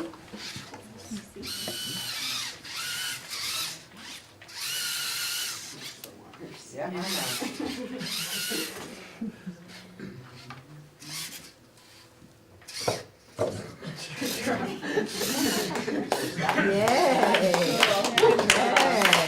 People point. Let's do this.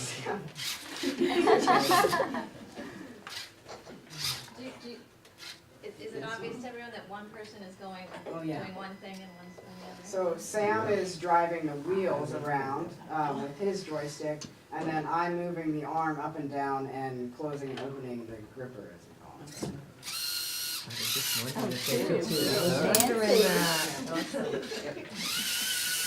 Extra points.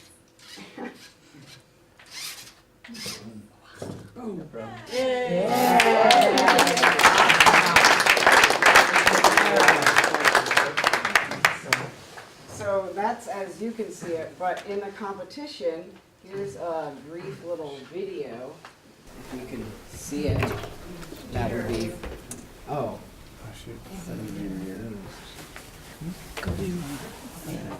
System preference.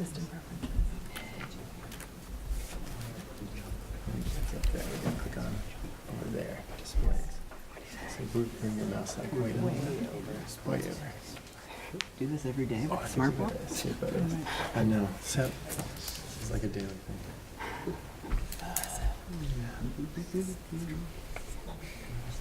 That's something we experience over the course of our time as a team. Technical difficulties. Do they have it? I was trying to get the mouse all the way over. Desktop 2, desktop 1. It's like, see it, it's right there, but I can't get there. It's like a robot. Well, you can just play it on the table if you want to. I guess so. Yeah? Okay. For now. Shoot. Okay. I feel like I should. Yeah. I'm so close to finish.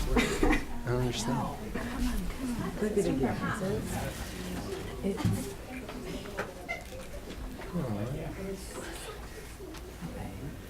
It's okay. We can just. I know, but you know, big screen is working. If we unplug it from the projector and then do it, and then plug it back in. Oh, yeah. Good idea.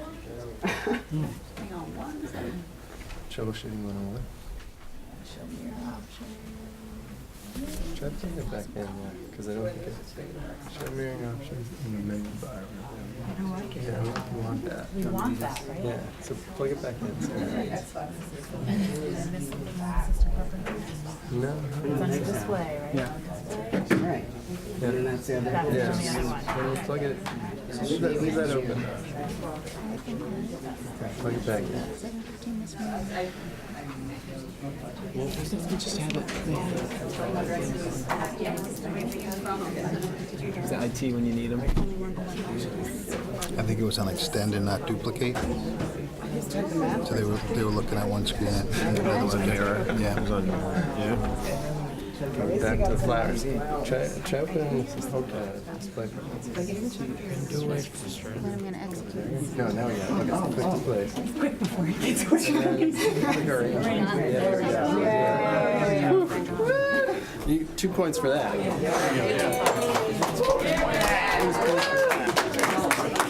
Okay. So, yeah. This was us at our final competition. Where was the competition? Oops.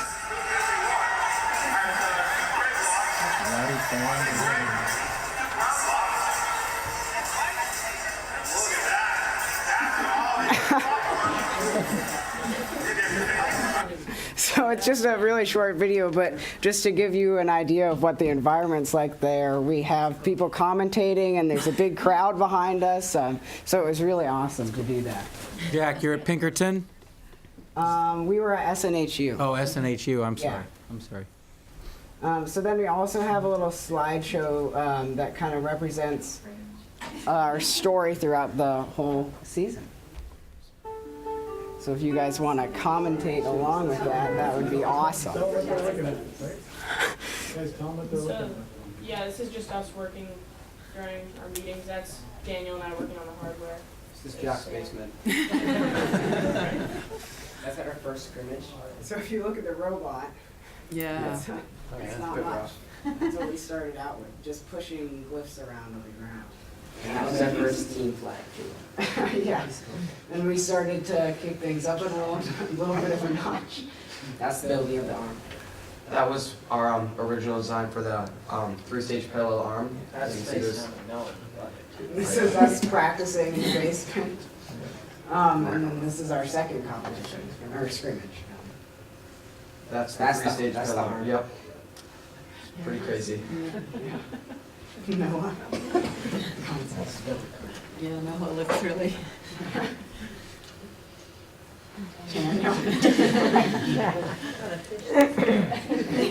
It's very intense working. ditch the arm. Yeah. Team chemistry, there we go. Every time. I I think everybody wishes they had that in their basement, that Yeah. big field, Mike. This is us coding in the other part of the basement. This is the third scrimmage? Yeah. Right, yeah. The scrimmages were a lot smaller than the actual competition, and yeah. Late night coding. That was like a lot. Here's a little. So this is the final score. Sam.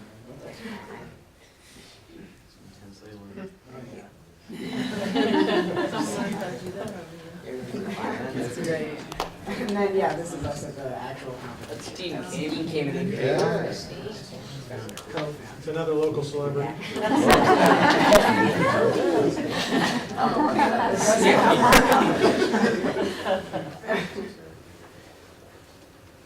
And then, yeah, that's us ending up with our second place trophy.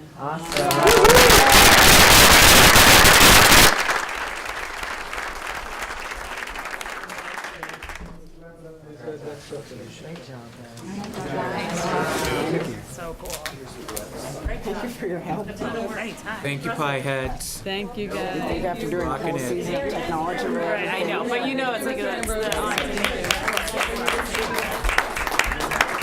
Appreciate your support, but as I said earlier, to keep the continuity of the program, we need the parent volunteers, and Mrs. Stark has been awesome to support the program, and there's other teachers involved. It does take some effort. There's the in-class programs I know you're doing, which are awesome, but these extracurricular ones, you have a chance to go even farther.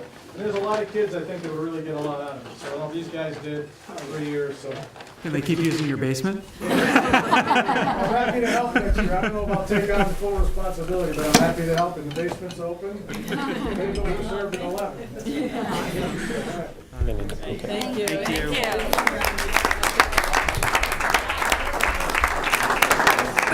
Thank you, Chris. Thank you. A little blinding. It's good. Thanks.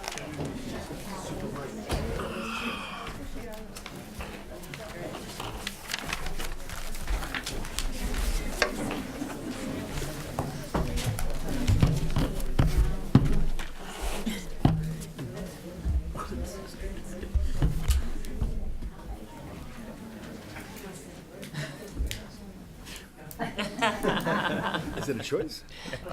Anything to avoid bad. All right. Thank you very much, everyone. All right. Jumping back to where we were, we have an update on overnight trips. Absolutely. Thank you, Mr. Sununu. I've asked Mr. Mike Karen to assist me in relaying the teacher perspective on overnight trips this evening. But I'm essentially going to summarize my work, my follow-up since the last board meeting concerning overnight trips. So we know that overnight trips will occur.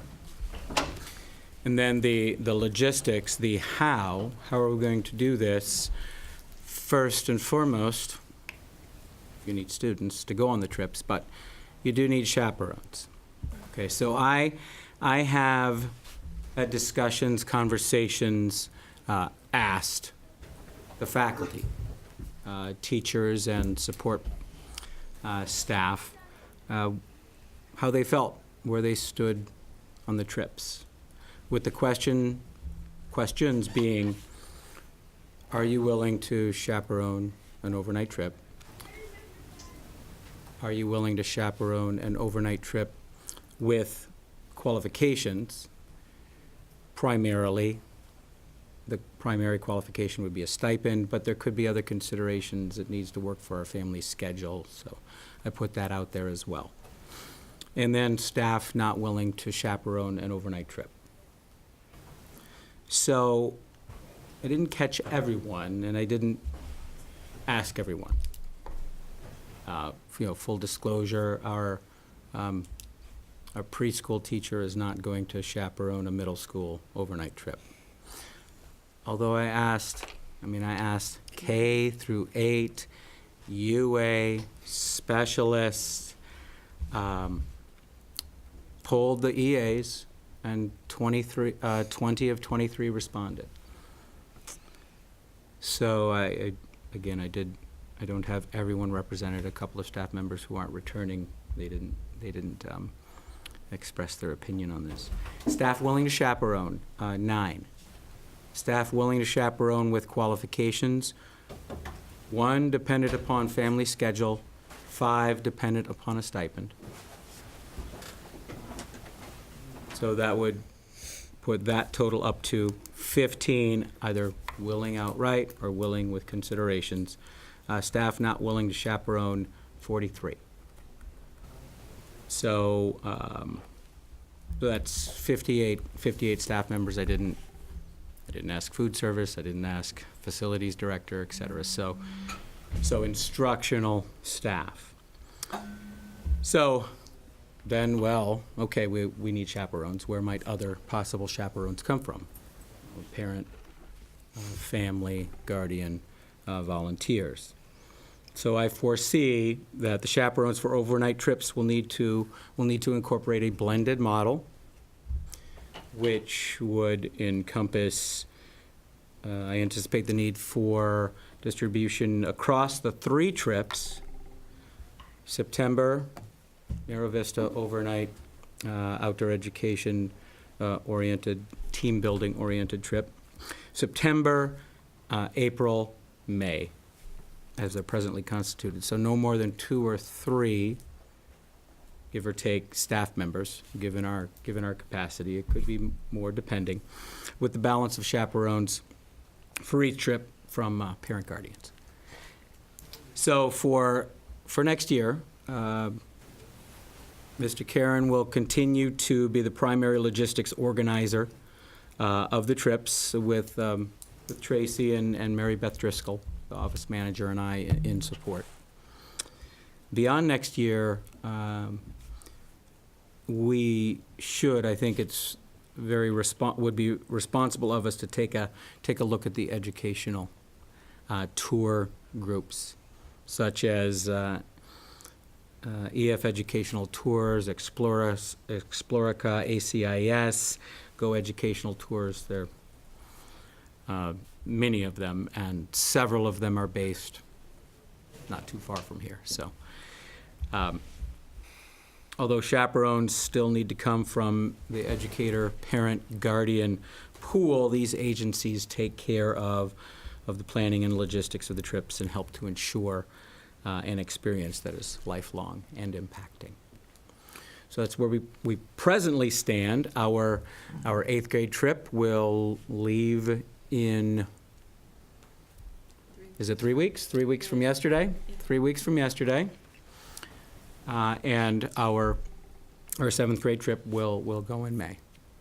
And next year I will be going to DC. I will be going to New York.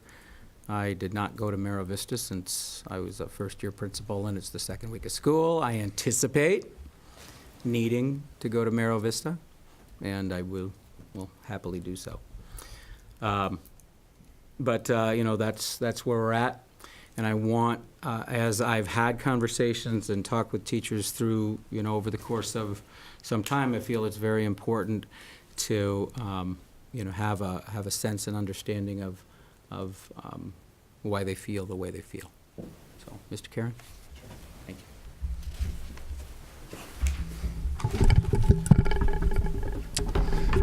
you. First of all, I do want to say that I feel awful that 2 of my favorite students are here to hear this, but this is going to be on Channel 22. I want to apologize ahead of time if any part of my presentation offends anybody. Initially, it was my intention to give this presentation during a non-public session, but it's been impressed upon me how important transparency is on this issue. It's not my intention to make anyone feel uncomfortable, but it is my intention for all of you to completely understand what it's like to be a chaperone on overnight trips. Overnight trips are amazing experiences for our children, and students tell me every year that they're the #1 memory that they'll have about the Northampton school, without a doubt. I have volunteered to chaperone roughly 60 overnight trips. That's 60 overnight trips. and I've certainly put my time in. I need to debunk a myth. Chaperoning these trips is not part of our contracts, and we're not required to do them. Teachers and staff members volunteer to do them. We do them for the children.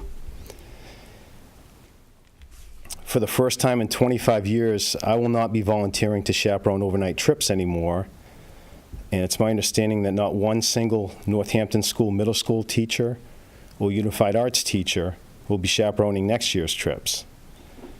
In regards to this year's New York City and Washington, D.C. trips, there are only a couple of returning teachers who are chaperoning because they just want to get through this year. The teachers who really work with your children and know your children won't be chaperoning in the future.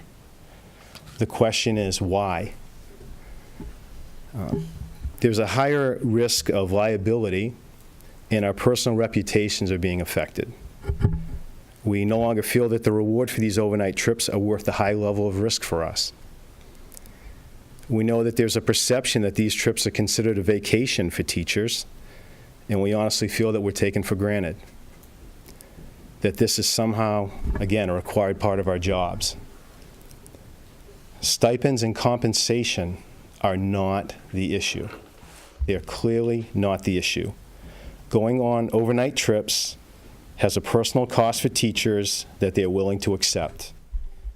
Chaperones lose out on part-time jobs. They have expenses to put their children in daycare or their pets into kennels, etc. The list goes on. But again, stipends are not the issue. We just heard that several out of the 9 staff members who volunteered to go on trips next year will only do so if there is a stipend. And again, please remember that none of these teachers are unified arts teachers or middle school teachers who work with these children on a daily basis. What are these trips like for teachers? A typical teacher is lucky if they get 5 hours of sleep at night. This means that they're working 19 hours a day trying to meet the needs of up to 60 students. On a 5-day trip like environmental school, you're putting in over 83 hours. Usually every teacher gets sick on the trip or as soon as they return from the trip. They're eating food that they typically wouldn't eat. They're exhausted from lack of sleep, and their immune systems are shot, especially when you're surrounded by 6 students who are run down. Let's talk about meeting the needs of the children. Everyone enjoys these trips and what they do for our children, but there's a lot that goes on behind the scenes. We are responsible for your children, the most precious asset in your life. The number one thing that means the most to you.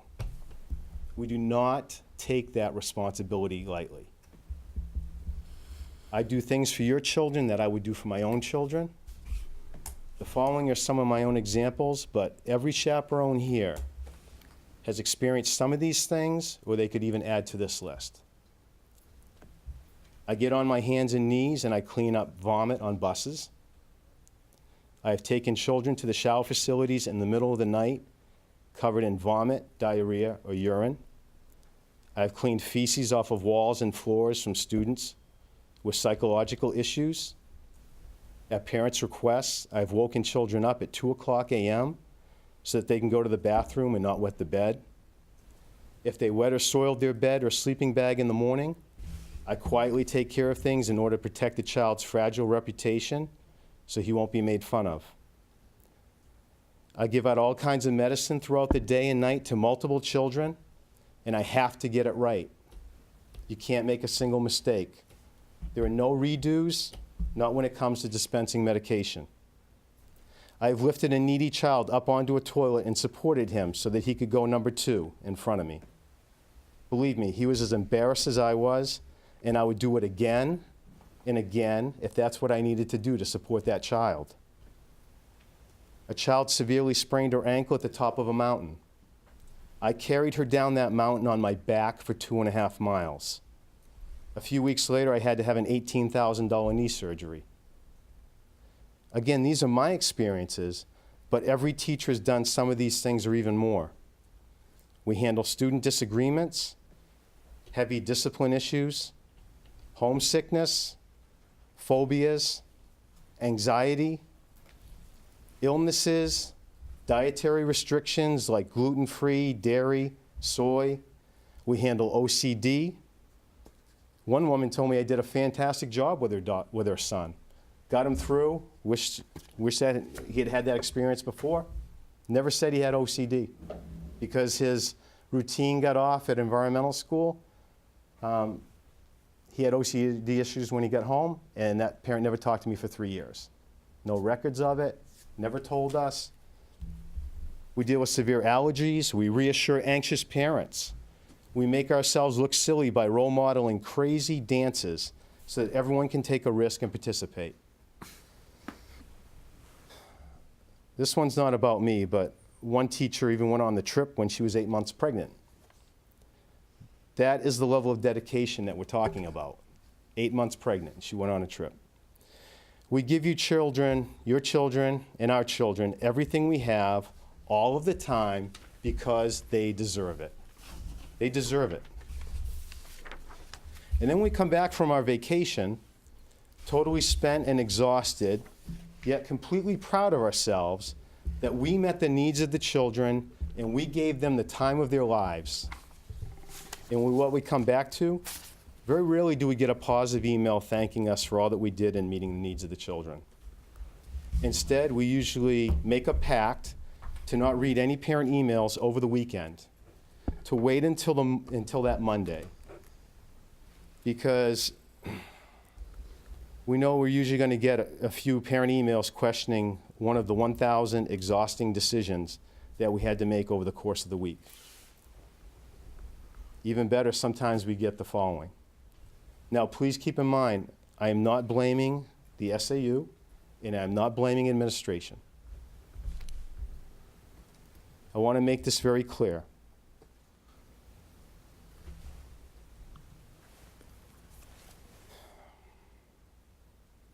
We have protocols and systems that are in place to protect us. Last year, we were falsely accused of drinking on a boat cruise. 8 teachers were called down to the office on 2 different occasions, which affected teaching our classes. Some teachers returned to a team meeting in tears, not because they were scolded in any way. Everything was handled very professionally, but due to the fact that they were shocked by the accusation and how their reputations were affected.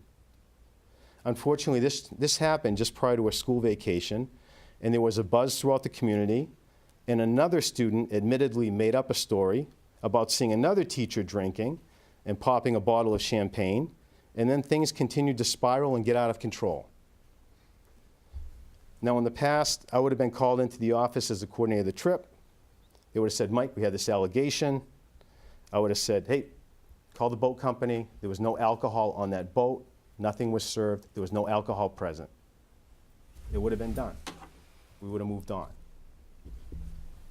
Now, please keep in mind, I'm not blaming the SAU or the administration. I want to make this clear. I want to avoid investigations that are now in place that are supposed to protect us. Okay? I know that these systems are in place. I just don't want to expose myself to them.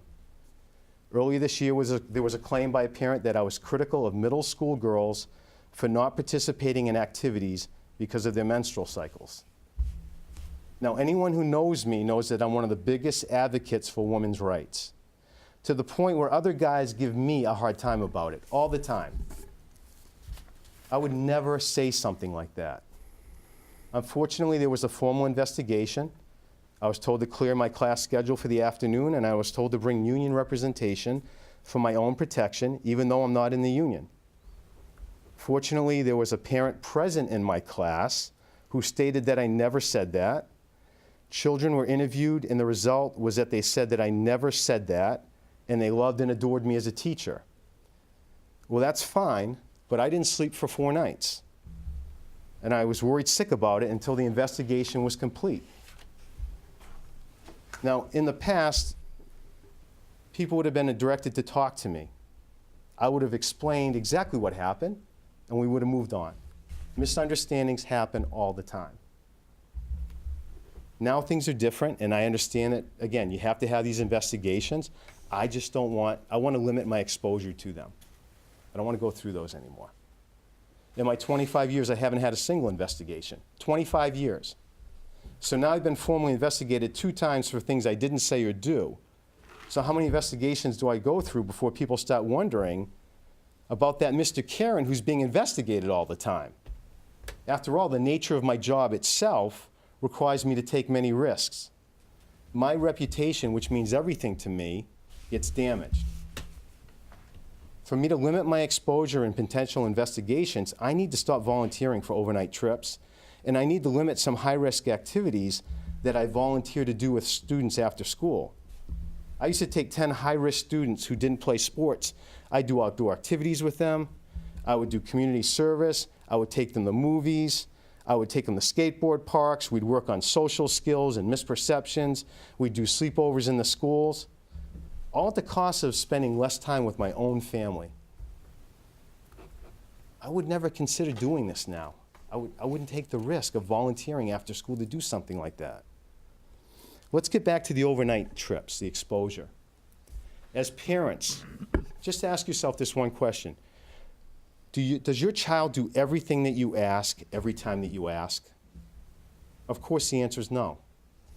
So multiply that by 60 students.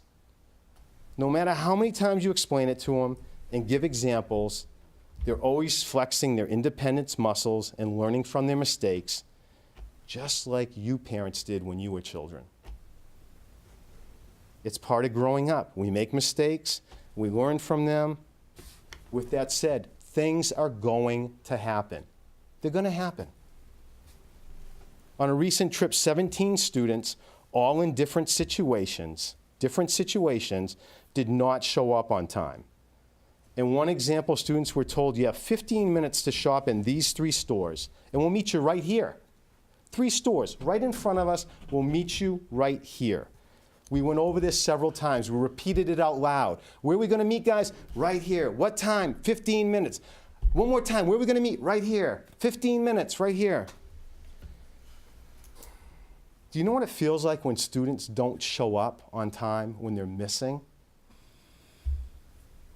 Your heart races, you panic as you go through every inch of every store looking for them, to find that they were a mile away where they went to meet the rest of their class.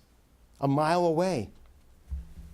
We had meetings about this prior to the trip and heavily emphasized it several times to always be on time. Again, this happened several times with 17 different children, and it made us late for appointments, and we had to shorten some things. Again, we go over these things repeatedly. Here's a growing list of things that I tell the children not to do on the trip. As more and more things happen each year, each trip, I add them to the list, and we go over it, and we sit together, and we talk about these things. Guys, don't stuff cookies into the mouths of your sleeping roommates. It isn't funny. They could choke to death in the middle of their sleep. Don't even think about purchasing red laser lights and shining them into the eyes of people. They think you're a sniper. A school beside us did that at a police officer. He told me he was close to pulling his weapon out. Don't wrestle and do pig piles in your hotel room. If someone's chest can't expand and contract, they can't breathe and they can die. We're not in the hotel rooms with these kids. The list just gets longer and longer. Now, here's what my vacation is like in Times Square in New York City, as I'm counting students walking down the street. 1, 2, 3, 4, 5, 6, 7, 8. 1, 2, 3, 4, 5, 6, 7, 8. Every 20 steps. 1, 2, 3, 4, 5, 6, 7. Johnny, where's Johnny? Johnny, get over here. I told you, don't look at the Oakleys. They're fake. You know, you can't get Oakleys for $10. Those Rolex watches.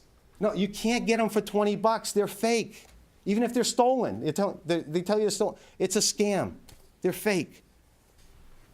You know, if you're not keeping track of your kids and counting them constantly, they get washed away in a sea of people.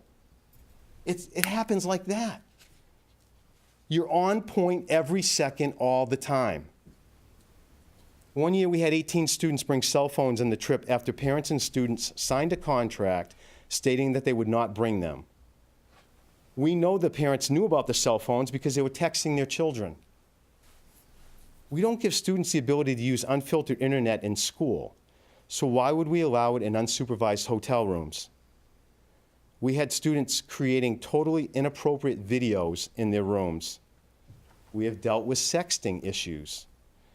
We have had students use social media to post our groups exact times and locations.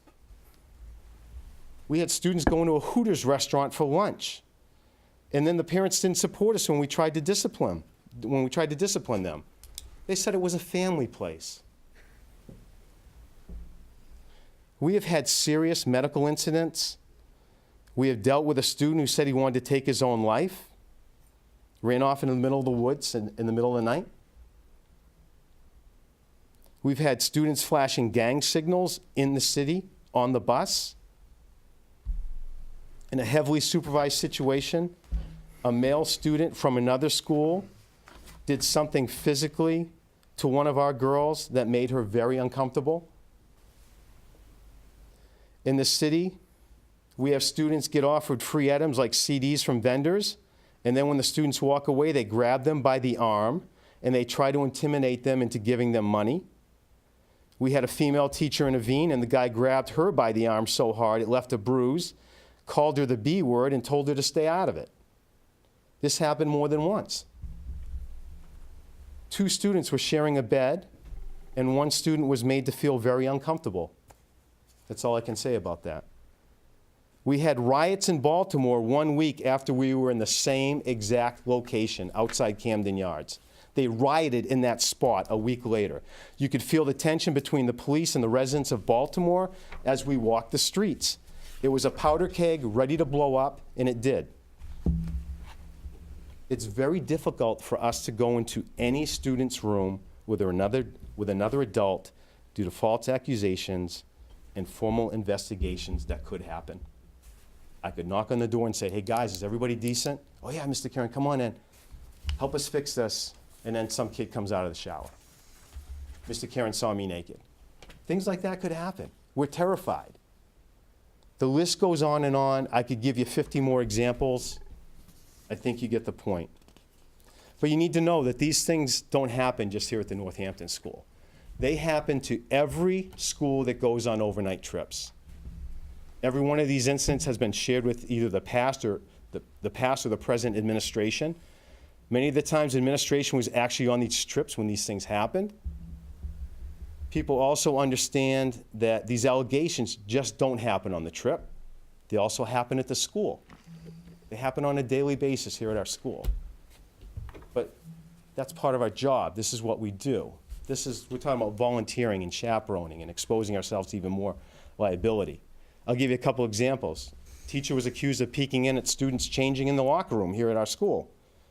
Now, this is impossible. Absolutely impossible. If you crack the door, all you can see is a wall. Another teacher was accused of pushing 2 students. That's happened several times. Video evidence showed that this clearly never happened. But in the student's perception, it happened. Teacher was just trying to guide the kids over. Why would we want to expose ourselves to more liability and put our reputations at stake for overnight trips? Society is changing. Crazy things are happening all over our country. We can't predict everything that could possibly happen. So how do we make things better? I think we need to look at the process again. Investigations just aren't a part of Northampton School. Investigations happen everywhere. But I think we need to take a hard look at it and believe in us as teachers and give us the benefit of the doubt and have our backs. And if there's a parent that has a concern, have them talk directly with us first as a professional courtesy. And I would say the same for our administration. We have parents and we have teachers going over the head of our administrators, and they go right to the SAU and the school board. And I'm telling you right now, all this all over the place is hurting our community because people aren't talking to each other anymore. A lot of this stuff, 99% of it, are quick misunderstandings. I think another thing that we can do to make things better is take a hard look at doing day trips like Hampton Academy and Wilmington Mass have done. Another factor is that overnight trips are becoming more costly. I'm told I was talking to Dr. Anderson, and he told me the cost to add a nurse would be roughly $600 a day or $3,000 for a week. You know, that's a professional certified nurse. We have to add another $5,000 to $7,000 just to make sure that every child has their own bed. We make our reservations. In addition, parents have told me something that teachers have realized for a while now. Participation for fundraisers has plummeted. The people who don't do it are the ones who are doing most of the fundraising. The ones who don't really need it are the ones who are doing it. You know, as a small part of my job, I do many things at the school. Someone said, what's Mr. Karen going to do now if they don't do overnight trips? It's a small piece of what I do here, but it's an important piece. I mean, it saves this school $30,000 a year or $500 a parent. Now, you can go out and hire an outside agency. We had those for 10 years. We didn't realize they were charging us $500 a person. But we did realize they were giving us the worst flight times they could possibly give us because they were trying to make a buck. They were giving us the worst security teams they could possibly give us because they were trying to make an extra buck, squeeze more money out of our school. I fired 4 security teams in 3 years because they weren't in the hallways. I'd look out, they weren't in the hallways when they were supposed to be. I'd look out and they'd be talking to our girls in PJs, fired, gone. That's what you get with these companies. I've had the same security team since I've taken over for 8 years. They they drive down to Washington, D.C. for us. They go to Washington, D.C., they go to New York City. They're people we can count on. We know them, yes. And, you know, I'll tell you guys, if you want to continue with the overnight trips, I will continue to plan them and make things happen. I just can't personally chaperone them anymore. Again, the risk is no longer worth the reward for me personally. If you want to go to day trips and give each kid an invaluable experience and have them have five full days, you can spread them out throughout the year, put them all in the same week. I'll plan all 15 of them. I'll make it happen. I'll involve people. We'll make sure that they're tied into the curriculum, that the kids are excited about them. We'll get parent input. Another option. I want to thank you guys for your time and for listening.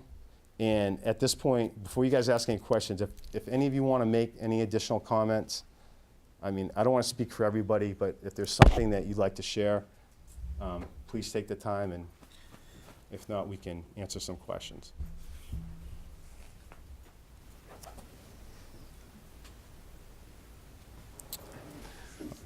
You want to say something?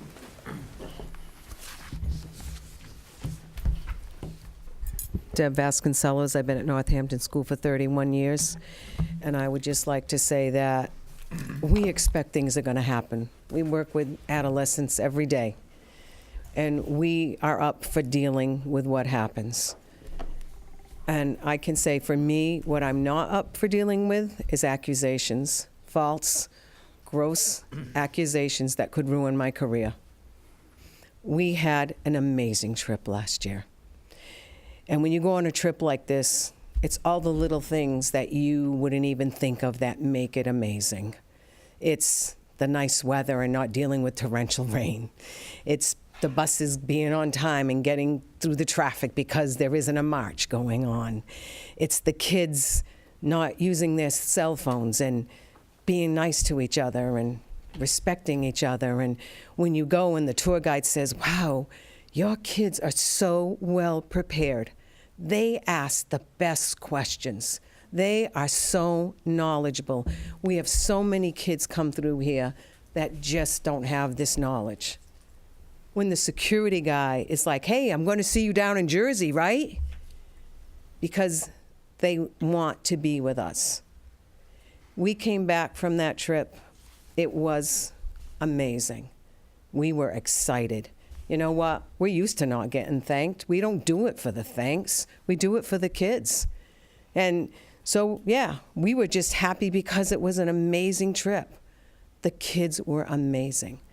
Were we tired? Yeah, were some kids sick? Of course, that happens. And then we're sitting in school, and we get called down to the office, which was handled very appropriately, thankfully.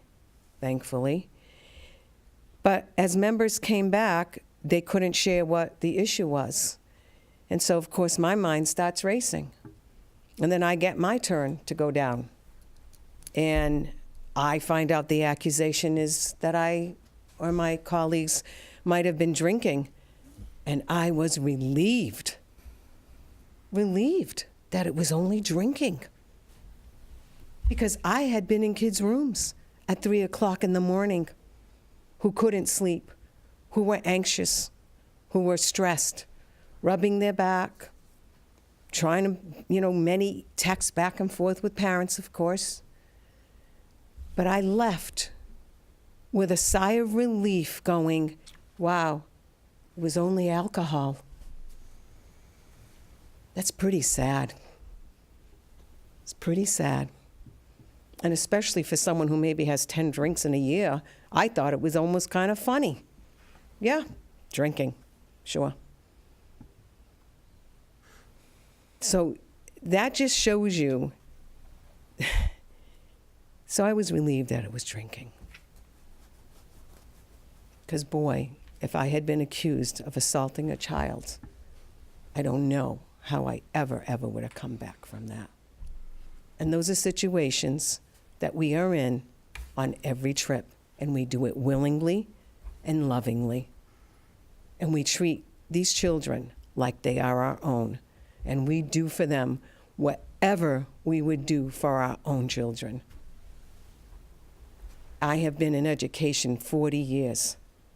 I can't have my career ruined by one parent who is going to make an accusation and then continues to attack us and our honesty. And even after an investigation is completed, I'm still hearing talk that it's not true, that we were drinking. These are our careers. And as much as I know how valuable the trips are, I know I personally cannot put myself in that position. So, thank you.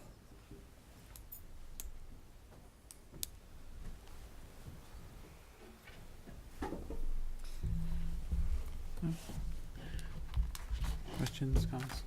No, you wanted So thank you both for your explanation, your impassioned communication.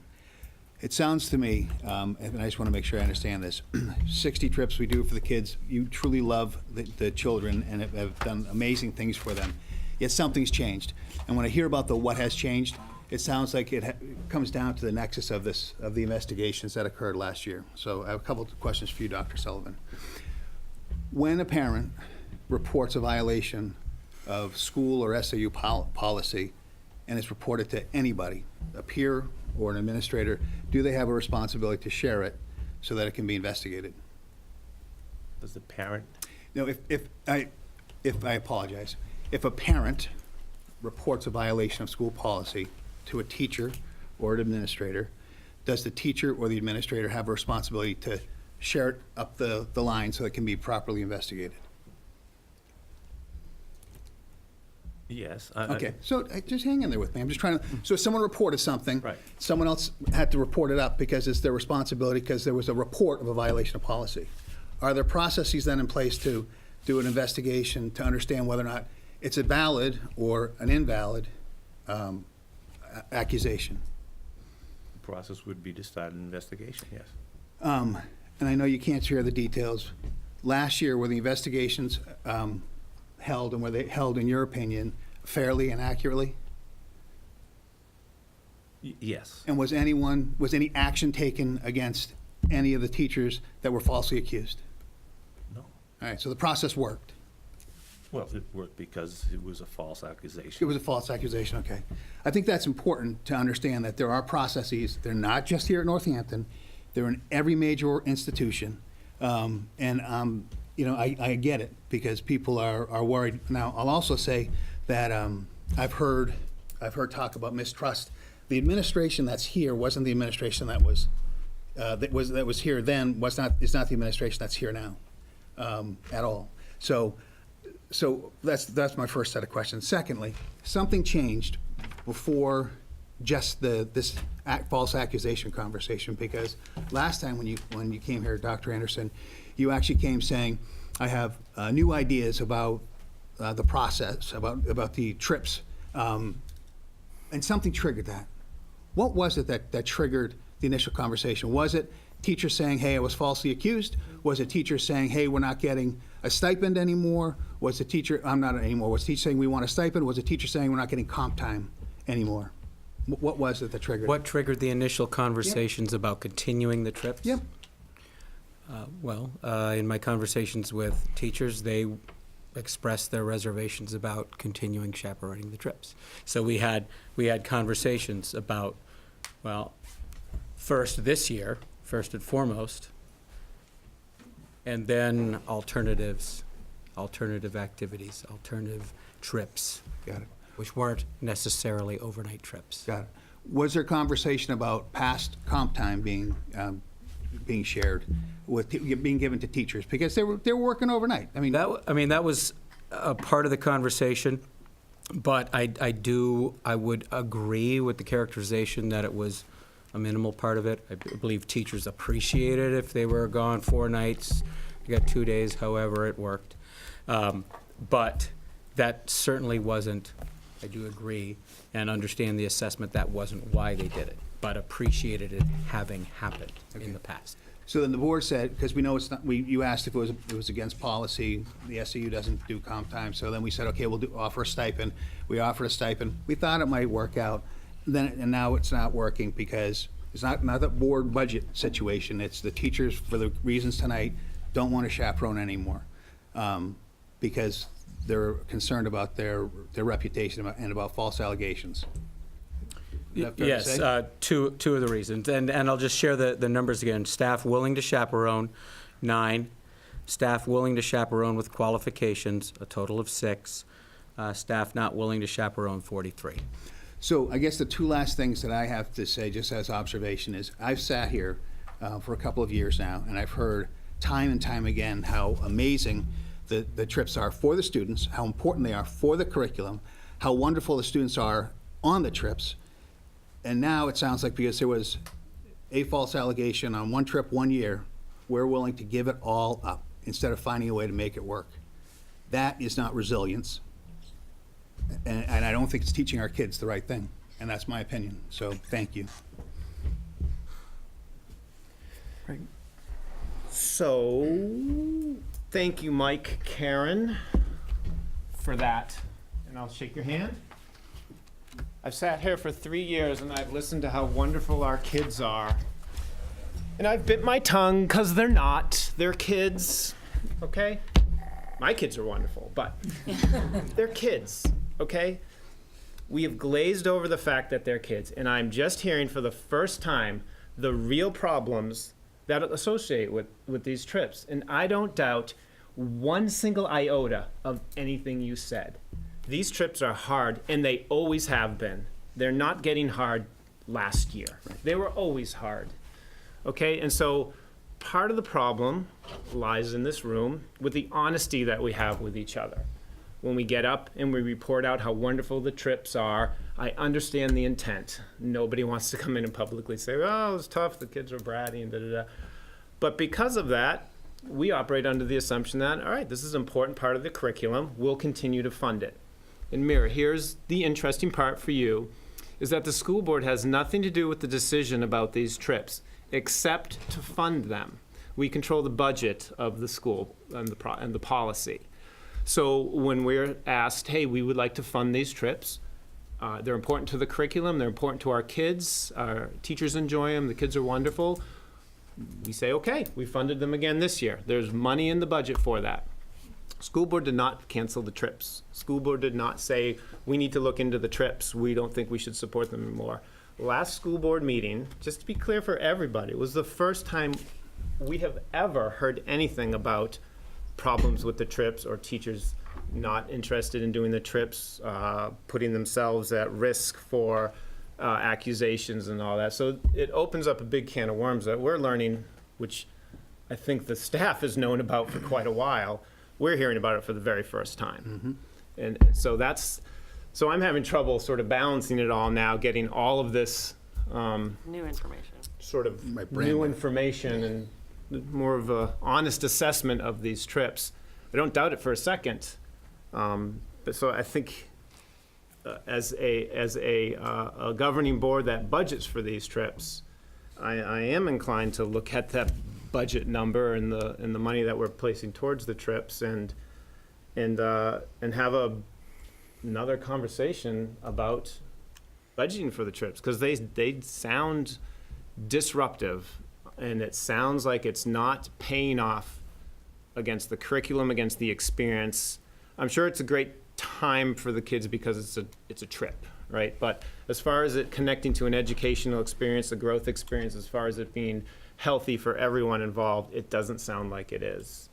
And I'm disappointed that we've been sort of glossing over all of this for so long, maybe with good intent, but it does us no good. It does us no good to continue to sort of throw good money after bad.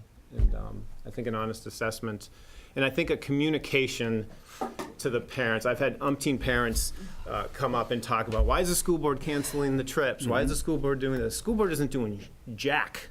We're not doing anything with it. It's all coming from the entity that it should come from. We don't control that. That's school business, but there is money associated, and that's where we intersect, and that's the conversation we're having right now. I agree with Greg. I'm really surprised to hear this, because last Washington DC trip, I heard you all say how wonderful the kids are and what a wonderful experience it was and how much they learned. We heard Mira Vista this year, what a wonderful experience as the kids all presented out and what a great trip it was. And this is new information. So if we're confused, and we're confused because this is new information, I don't think that we can allow our children, our students, to go on a trip with teachers outside of the grade that they're in. I think we lose the curriculum and integration. And if you think it's hard for the middle school teachers to control their own students, think about how hard it would be for a kindergarten teacher to control a middle school student. They're not equipped, they don't have the curriculum experience, it doesn't make any sense at all. So I think we have to rethink this and come back to it again. But I appreciate your honesty. I'm sad for it. My kids had wonderful. Were we able to follow up at all? I mean, I know we had our chance to speak, but I just. Yes. So Yes. The only thing that I would add is that I don't want to portray it. Sorry, Eric Whitney, middle school teacher. I don't want to portray it as the presentation that you've been receiving over the last 3 years is inaccurate. Incomplete, yes, but not inaccurate. I wouldn't categorize it as that this is the sum total of the experience for kids. And even the kids with whom we've dealt with issues with on the trip, they still come away with a really positive experience and those things. So I want to just make it clear, I guess, for my own self, and I know that this has been part of the conversations with other people, of this was not a decision that has been entered in quickly or lightly. It's brought several of us to tears to think about what we know we have to give up in terms of this, but it has gotten to a point, not just because of the incident of last year, but it's been a movement over time that has led us to a place where balancing the concerns of the needs of my family and my reputation as a professional, I have to weigh that now against what I am potentially risking in taking on this, what I feel is also a valuable experience. I feel stuck between a rock and a hard place, and I have unfortunately gotten to a place where I can no longer say I'm comfortable going, and it breaks my heart. But at the same time, it's important, I think, for you to hear that message that it's a lot of these things happen, and we deal with them, and we go through it, and we've done it for decades because we know the value of it. But it's just, it has societally, it's not just we've gotten to a place where it's just too hard to justify it to our families what we're risking. That by going on this trip, this could be it for me. I could have to change careers, because of an accusation, false or otherwise, but my reputation would be damaged. And that's a really, I just want you to know that, like, I don't want you to think that we've been glossing over it or that we've been presenting a falsehood to you. The kids that we've brought here to present to you, those are the ones signing Mira's alumni petition telling you what a great experience they had in New York and DC and Mira Vista. And that really is what provided us for years the motivation to keep going. And I just think, I don't know, for me personally, it's just reached a breaking point. Eric, I'll respectfully disagree with it, and I don't mind the open conversations, and I'm glad you're honest about it. But lack of disclosure does not constitute accuracy or truth. So there is a perspective there, and I won't sit here and be like, you lied to us. You didn't, right?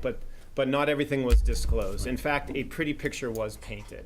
So I would encourage a lot more transparency when anyone steps to that microphone or when anyone engages our administration or the school board. Some people don't like hard conversations. The only way we're going to move forward is if we have hard conversations, and if we do that professionally and with intent, for what's good for the children. I don't have an issue with that, but I do have an issue with sort of the lack of disclosure. It's discerning for me. And misinformation at times. So I don't want to make or encourage or, I know you don't have to go on the trips, and if the teachers choose not to go on the trips, so be it. We need to come up with a new plan, okay? I understand that, and that's a dialogue that we can have. That said, a lot of what I was getting in the community, and maybe why Mira was confused, is because the communication was, this is the board doing it. So I think there needs to be honest conversation, and it really should have come to us about, hey, not just here are some alternatives, but here are some alternatives because the teachers don't want to go on the trip because, right?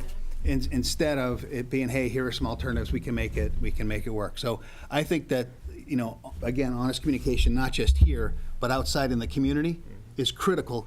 And I don't think everyone can look at themselves in the mirror and say that was what was happening, not based on the conversations that parents were asking me, not based upon communication I was seeing on Facebook, not based upon phone calls, it just was not being transparent and honest, and that's not fair to our students.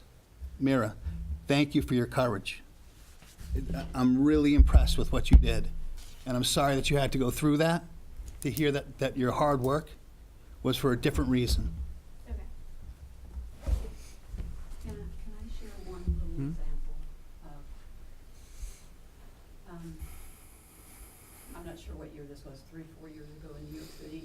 There was something that happened in Times Square, and a girl was touched by someone.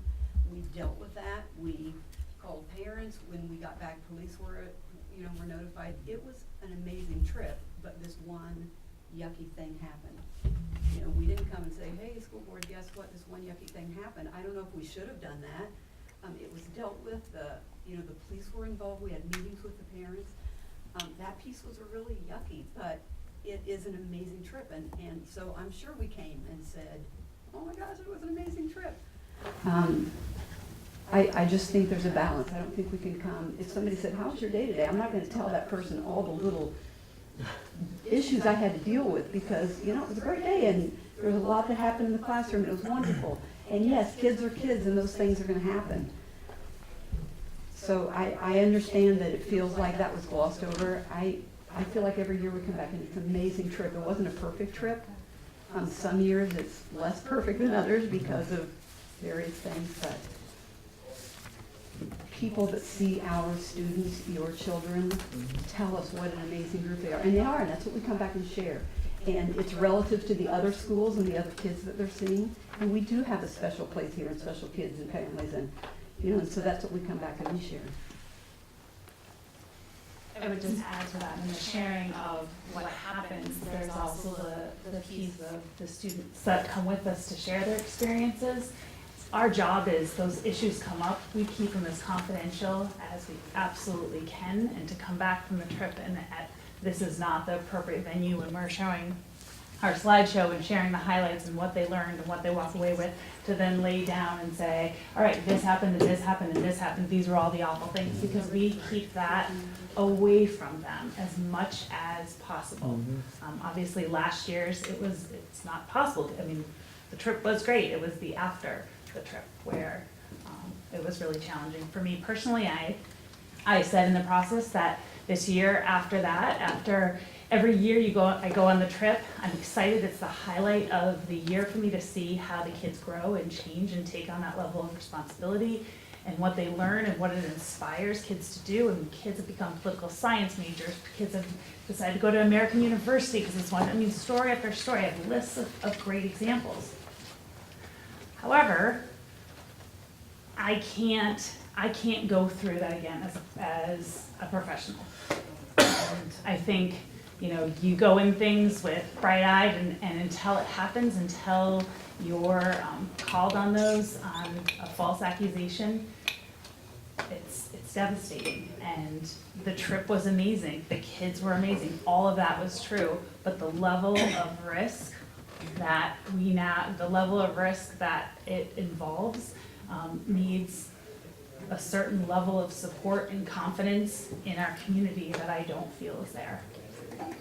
So I just can't, for me it was, I'm gonna take a year and then I'll decide after that if I can go the next year.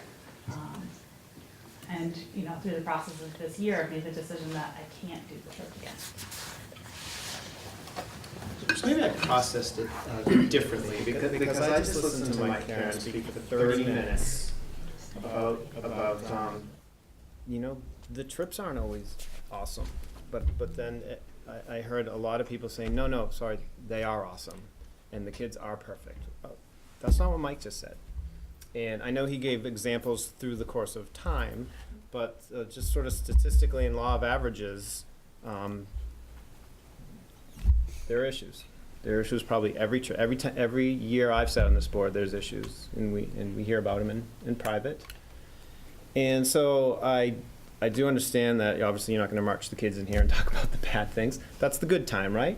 But maybe there's a follow-up. I think there's a solution to all this. Maybe there's a follow-up where you come back to the board and say, all right, yesterday or last time you heard from the kids, we noticed that Times Square is probably not a good idea. We had a couple instances there, and this happened here. We were bunking kids together, and maybe we should consider separating them and things like that.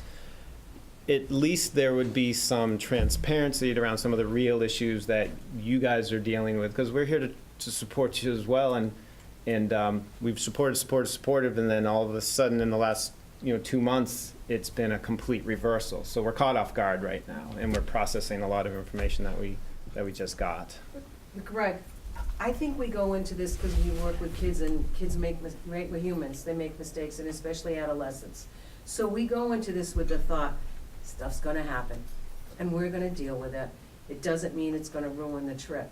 And what has changed it, I can speak for myself, and people can yay or nay me after, isn't the kids.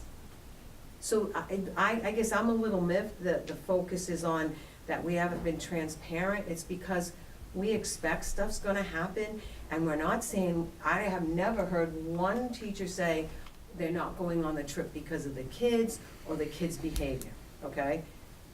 It's what then, and we shared minimal kinds of experiences we have with the parents when we get back. So what it is, for me, is not the kids' behavior, because we're here to help them learn. It's what then, when we come back, the criticism from the adults, where we went, where we didn't go, how long we were somewhere. Oh, you didn't tell me this about the trip. You didn't tell me that. You didn't tell me my kid. And it's not the children. I want you to understand that. I don't think in any way have we ever intended there to be a lack of transparency, because we are realistic and we know kids are kids. So I can say that I'm not going on this trip, and it's not because of the kids. And I have never heard one of my colleagues ever say it was because of their kids or their behavior. So is it because of the parents? Is that, I want to put a fine point on this. So here it's not about the kids, but I heard Mike talking a lot about the kids, right? So what is it about from your perspective? I can only speak for me. I'm only asking for for you. me, Yeah? when you have one parent can make an accusation that, then, and I understand there needs to be investigation. Yeah. I mean, I'm Yeah, I all get about you. that stuff, Was it a right? parent that made the investigation? I mean, was it a parent that made the accusation? Yes. Or was it a kid that made the accusation? Yeah. Well, A kid said it to a parent, Right. and the parent that So- reported Right. it. Which I So- understand that. If my child went on a trip and thought that the chaperones were drinking on the boat, then I would expect something to be done. Right. I'm not thinking that something shouldn't have Right. been done. It has to. It has to be done. We understand that that is part of a process. but there's other. So- And the outcome was things- okay, right? But there's, excuse me? And the outcome of the investigation, no Yes, one was it harmed, was. right? Fortunately, it was. So, but this is Well, where I'm that's having good. trouble with this, because a child raised an issue, a parent brought the issue to the school's attention, the school did everything it was supposed to do in investigating that, and it was resolved appropriately. Yep, and But we're not that one doubting thing that. is enough to say, Now, no more I trips. apologize, and I didn't frankly, make it clear. look, and I want to be, I want to, if I was in your position, I would probably say, I don't want to do these trips either, but I would be honest to say, then I don't think this school should be going on trips, because there's situations that can happen where a child who we just heard, and we all know, being parents of these kids, it can be difficult and challenging in managing them. That's not a surprise to anyone. And obviously, multiply that by 40 or 50 or 60 when these kids are on this trip. But we know, that's going to be difficult. So if the risk that one accusation from one child elevated to a parent, elevated to the school, and handled appropriately is too much to bear, that's fine. I don't fault anyone for saying that's too much to bear, but let's be honest and say, then these trips shouldn't be happening, because I agree with Cindy, where if the teachers of these kids aren't going with them on the trips, what's the connection To the curriculum? Right. And then it becomes, and frankly, if people have ever said to you, Mike, that they consider this a vacation, then that's unfortunate, because I don't think anyone I don't think here, that- I've never heard anyone say that. and Never heard that? I don't, Never. I got 3 kids and it's work to go, and that's too bad that someone would say that. I can And- count on my hands how many times I've been thanked and in that, an and that's email. too bad. So, but if this is a bunch of parents and some elementary school teachers taking these kids on these trips, what's the rationale for supporting that as part of our curriculum? It doesn't make sense. So the trips are they're either important and they should happen, or they're not tied into what we do and they shouldn't happen. But we need to be honest about that. Right. There needs to be I just don't see how we can be in a position of saying, well, they're important, but someone else should be doing it. Right. That's a very difficult position When you finish. to defend. Sorry. I was quiet over here listening to everyone else. We have shared these concerns, I think, early enough in the year so that we could plan for the following year. The teachers were not supporting overnight trips, but it was too late in the process of the 8th grade trip to cancel it because things had been purchased. So I don't think we're holding back information, we're just telling information to, there's a protocol, there's a level of professionalism where we would be sharing our concerns with our administrative team, and then that would then be relayed to you hopefully in time for budget season, but in time for us to make another plan for kids for September and for the spring. For 6th, 7th, and 8th, something that's really meaningful for students, something that's also connected to the curriculum, but it takes months and months to plan that, and it takes time to change the curriculum to match it, and it takes some thinking, and we're prepared to do that. We met together, and that was not a secret, that we felt as though the times have been changing, and that we had our inhibitions about it, and that we wanted to provide something different for the students. And again, I agree with Dana in saying that, and Eric in saying that when we do come back and share the trip, all of the things that Mike shared are also shared privately. We would not share those things in a public forum with the students present and the parents there, and it's a celebration, they're dressed up and they have a tie and they're all dressed. That's not the time or place. It should be a follow-up, but not necessarily from the teachers, but from another forum to the school board in a private session or somewhere where there wouldn't be ramifications to students. The teacher's responsible for the student. School board's responsible for your end, which is the budget. But our most important, element of sharing out that night is for the student, not for you. It's really for them to have that moment where they can use their speaking skills, their voice. We have our kids you saw the kids tonight in Northampton. They know how to speak to public. They know how to do that because we offer opportunities. That's what that night's about. So that isn't the forum. But none of the things that Mike has mentioned were private. Behind the scenes, we all knew, they were all transparently, we wouldn't keep anything from people. I stated that. That's been shared every year. We wouldn't hold it Administrators over back the past have known every single time one of these things have come up. because we have to And tell. I've said, I tried to say this twice in my speech. I'm not blaming the administration and I'm not blaming the SAU. I know they have to do their investigations. I get that. I just don't want to go through them. I do too many things. I don't want to be the guy who keeps getting investigated. I wish you guys could be investigated for something like different accusations and live with that for 4 days or live with that for a week. Let that sit on your soul and tear you apart. Do you really wish that for me? I think that's the only way you can really truly understand it. I don't want that anymore, so I'm gonna try to limit that as much as possible. I don't blame them, they're doing their jobs. They're doing what they're supposed to do. I just don't wanna go through it anymore, it tears me apart. I'm volunteering, I'm giving my time up. I don't want that. The decision for me to not chaperone was many sleepless nights. Many sleepless nights. How can I say this? I believe in this trip. It is a highlight. It is amazing. And I'm going to now go and say I'm not going on the trip. I feel like a hypocrite. Absolutely do. Get it. But if you can't take that, if you don't feel, I also have my family I have to make sure that I can take care of. And I think we all know there's been a shift because there was a time back when where the parents would say, you need to do what the adults say, and they had the teachers back. And now they have their kids back to an extreme. And so when it does come back to the school and you do the investigation and it goes well and there's no backlash here professionally, there's still public backlash because people are still saying it and it's still going around town and they're still getting talked about. So even though it was handled correctly here, the adults and the parents, and I'm in this community and I'm a teacher, but it's different because they are ready to blame the teacher instead of to blame their own child. Their shift is, I've got your back no matter what you do wrong. We're also in a culture of accusations right now. Yeah. So I guess. So no matter how perfectly it gets handled here, and it sounds like it was, it's still, there's stuff outside of here that we can't control. It just keeps going. So I guess a rhetorical question I would have is, when our teachers are in the community and they're talking to parents, are they having those honest conversations, or are they saying, hey, the trips are going away because Dr. Anderson's pulling them away, right? And rhetorical, but that's what I saw happen, and that's not healthy for the school. It's not honest if it happened. Can I say something? I'm the rookie. I haven't been on these trips for 25 years. I can honestly say I don't really like to camp. I don't like to be away from home.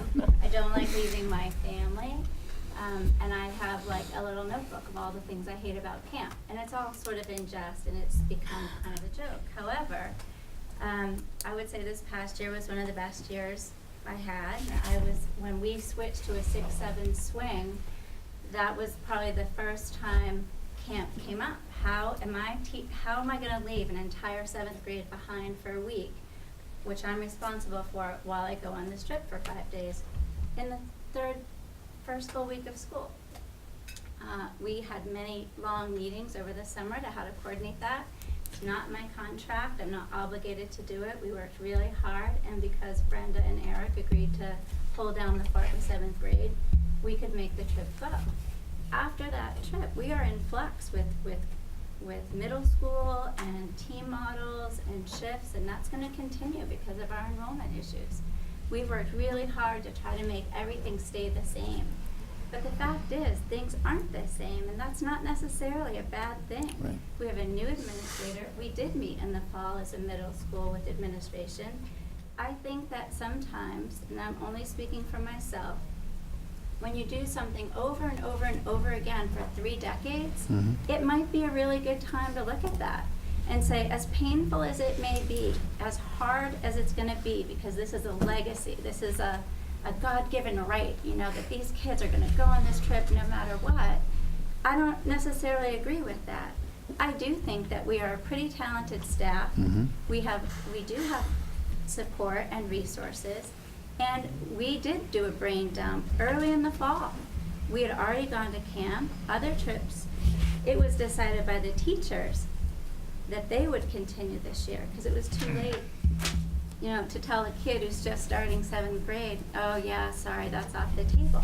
But with enough time and planning and conversation, maybe we could come up with some other things that would work. And, you know, for me, I look at change as an opportunity and not a takeaway. And I think that we would be remiss if we didn't think about alternatives. I think there's a lot of animosity left over from last year. I think that we are in a unique position to have some new things happen. And I think it would be really important if we could consider those things. And I don't know. I There's think a you're lot right. happening here. I think you're dead on right. There's a lot to what Trish said about us giving enough time, which is what we did in the fall. And that's why I said I would go on this spring's trip, because I thought I can do it one more year so that the kids so we don't have to cancel all the reservations. We needed an X number of 8th grade teachers. Okay, put me on. But I knew in my head, in my mind, it was because we weren't doing it the following year, and we were gonna spend a full year planning really positive, enriching. We can go to Concord, there's state houses, there are representatives, there's all sorts of civics and government we can get involved with if we wanted to tie it to curriculum. There's theater, there's Boston, there's Portland, there's so much. And we brainstormed all of that with positive energy. I wish you were in the room when you heard all of us coming up with the decisions. What could we do? Getting back excited again. And that's where we are resilient. So when you say we're not, that is not, I'm gonna disagree. We are resilient. And we are willing to put back the energy and put in volunteer time and make a balance. It has to be a harmony. It has to be, what are we willing to risk for our liability, and what can we offer students?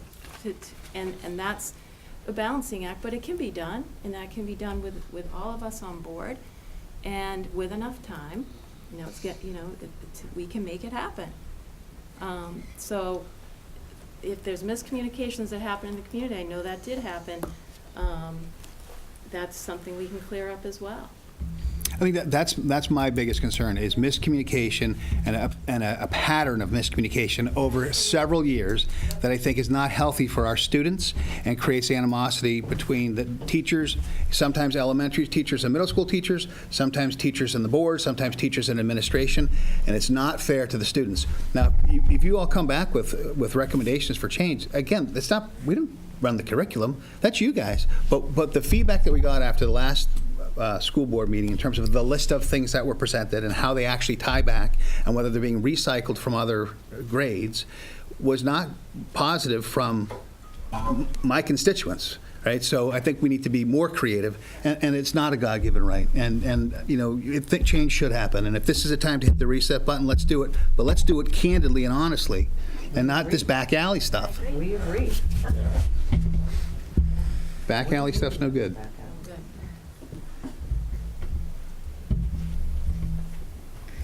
Any other? I would just like to say that this is very important to the children, and when I was going around collecting the signatures, hearing that our trips might be getting canceled brought some of our children to tears.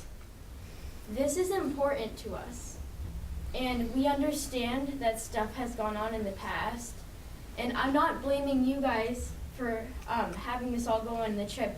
I thought it was a good form that I could present this, but this has brought some of our children to tears because we have looked forward to this since 3rd grade, hearing about this from our older siblings and our friends. And then hearing that this could be taken away from us, but and the teachers have said, not because we've done anything wrong. And we understand that you have lives outside of school and that you have other things, you have families and priorities, but the children you take care of us all the time. You take care of us as if we were one of your own. And we love you guys for that. But then hearing that this could be taken away from us, it has brought us to tears.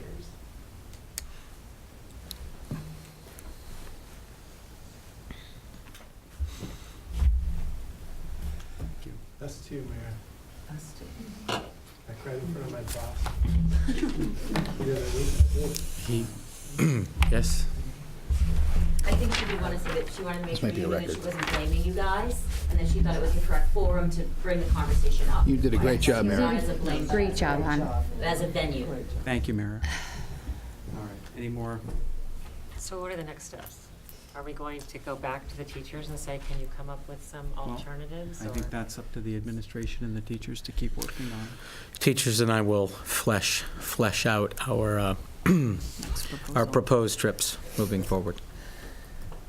Well, you're. Can I say one thing, just as Yes. a parent and not a teacher, and I'm so grateful for everything everyone has said tonight. I would like to cry like you. I'm working hard not to. I think that communication on this issue is so key. And I have sat here and heard this tonight, and my fellow parents, hopefully they'll listen to the recording or something, but however you can be as careful about communicating this as possible, because there is this sensitivity right now because of what's happened in the last couple of years, where I think some people are having a knee-jerk reaction to saying, oh, well, it's Dr. Anderson's fault, or it's so-and-so's fault. I mean, I think there is that tendency to not take a pause and try to really digest what's being said. So I just encourage really thoughtful processes for communicating this to the parents. I would thank you for that. I would reiterate that because, and also just for people, conversation, the deliberation and the planning and changes, it takes time. People seem to want, we gotta have it, we gotta answer now. What's happening? It's gonna change, let's figure it out now. And then in that vacuum of when things are being discussed or deliberated or planned is when, I gotta throw something on Facebook that somebody's doing something wrong, or text out to 50 people or send 15 emails, and that's unfortunate. I'm not naive enough to think that's gonna change anytime soon. I think, when people blast stuff out on Facebook, it's counterproductive, and, like the school board was getting blamed for canceling trips. I'm a big boy, it doesn't bother me, but not only is it not fair, it's not fair when Dr. Anderson gets blamed for canceling trips, or the school board gets blamed for canceling trips, or anyone gets blamed for doing something unilaterally, but it's also unproductive. Because now, I asked Dr. Anderson to spend an afternoon composing an email to send out to all the parents to dispel all the inaccurate information that's going around. So we're just wasting, it's unfortunate when people do that, and I wish people would just be patient and communicative and ask questions instead of just jumping to conclusions and spreading things around, because things take time. I mean, I don't think anyone expects change to happen overnight. It takes time, and there's no quick and easy answers, and I hope people will be patient and open and communicative around issues like that. I just think that would be much more productive and better use of everyone's time. And mindful in that, sometimes when we say things in front of our students, it gets back to a parent, sometimes accurately, sometimes inaccurately, but sometimes it may be a half of an idea, like, Dr. Anderson's canceled the trips, right? So, because that's part of what I heard back too from parents, is I heard from my student that this is what's happening. So we have to make sure we go through the right chain of communication. Well, on the note, kind of maybe this is closure on this subject, at least for tonight. But we're talking about 2018 and 19.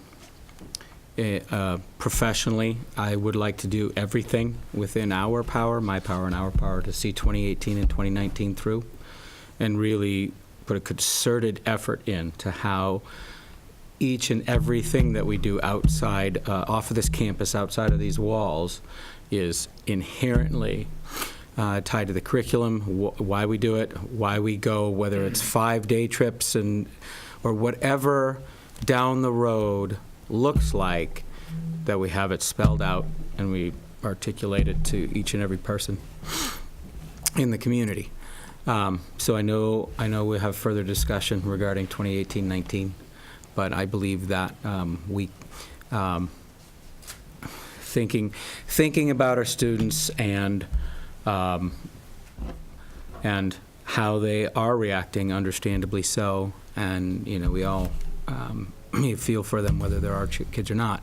I mean, I feel a personal and professional responsibility to see the next few steps through, but then if we're talking about diversion paths, talking about metaphors down the road, then to really take some time and not be too swift regarding 2018-19. Thank you. I think my only comment to that would be is if 2018 and 19 looks considerably different from a chaperone perspective than it is currently being integrated into the curriculum, I think that would be a challenge for me, especially from the parent side. And I'll tell you straight up, I don't support volunteer parents on a trip. There's enough complexities without throwing some nut job parents in the mix. Okay. Well, and I appreciate that. And then we may We are definitely not able we may to be go, talking so. about, But- practically speaking, an untenable situation, and that's another matter. But we will work through it. Thank you. And then my last is on communication, and to echo what James said, we're not going to be able to sort of fashion the correct communication that's going to go out absolutely perfectly. What is going to happen, though, is we're all going to walk out of this room tonight, and we're going to be asked questions. And if the message, but the message should be that it was a healthy discussion, which it was, and that teachers, school board, and administrations all agree that these are, did I say student? And student all realize that this is a complex time, and the time for change may be. And Mira, I would, as the representative for the school, not just your grade, but I don't see any other kids here. Oh, her sister. Oh, I'm sorry. I missed you behind Miss Bass.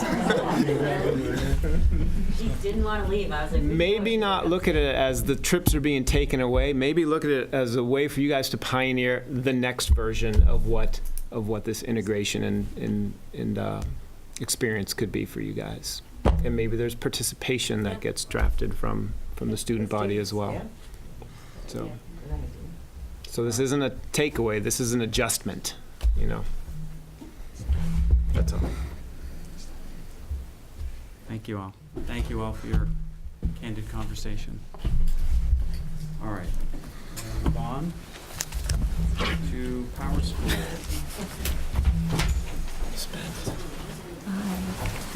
Like another hour. Oh, wouldn't miss it. It only gets more exciting. Woo-hoo. Oh, boy. We're going to go.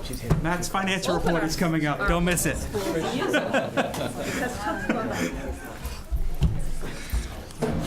So you started out with a bang. Harry, welcome to your first school board meeting. That's right. You got some more time? Yeah. All right. All right. Power School. Dr. Andrews. Sure, just a quick update. Power School has been, Power School as compared to our present student information system, Web to School. In tandem with our communications committee and transitioning to a new website, we've talked about our student information system, and I would characterize the NHS teaching staff as a whole and the leadership council in general. So we've talked about moving away from Web to School to Power School. People are either directly aware, directly understanding of Power School and its capabilities, or kind of peripherally.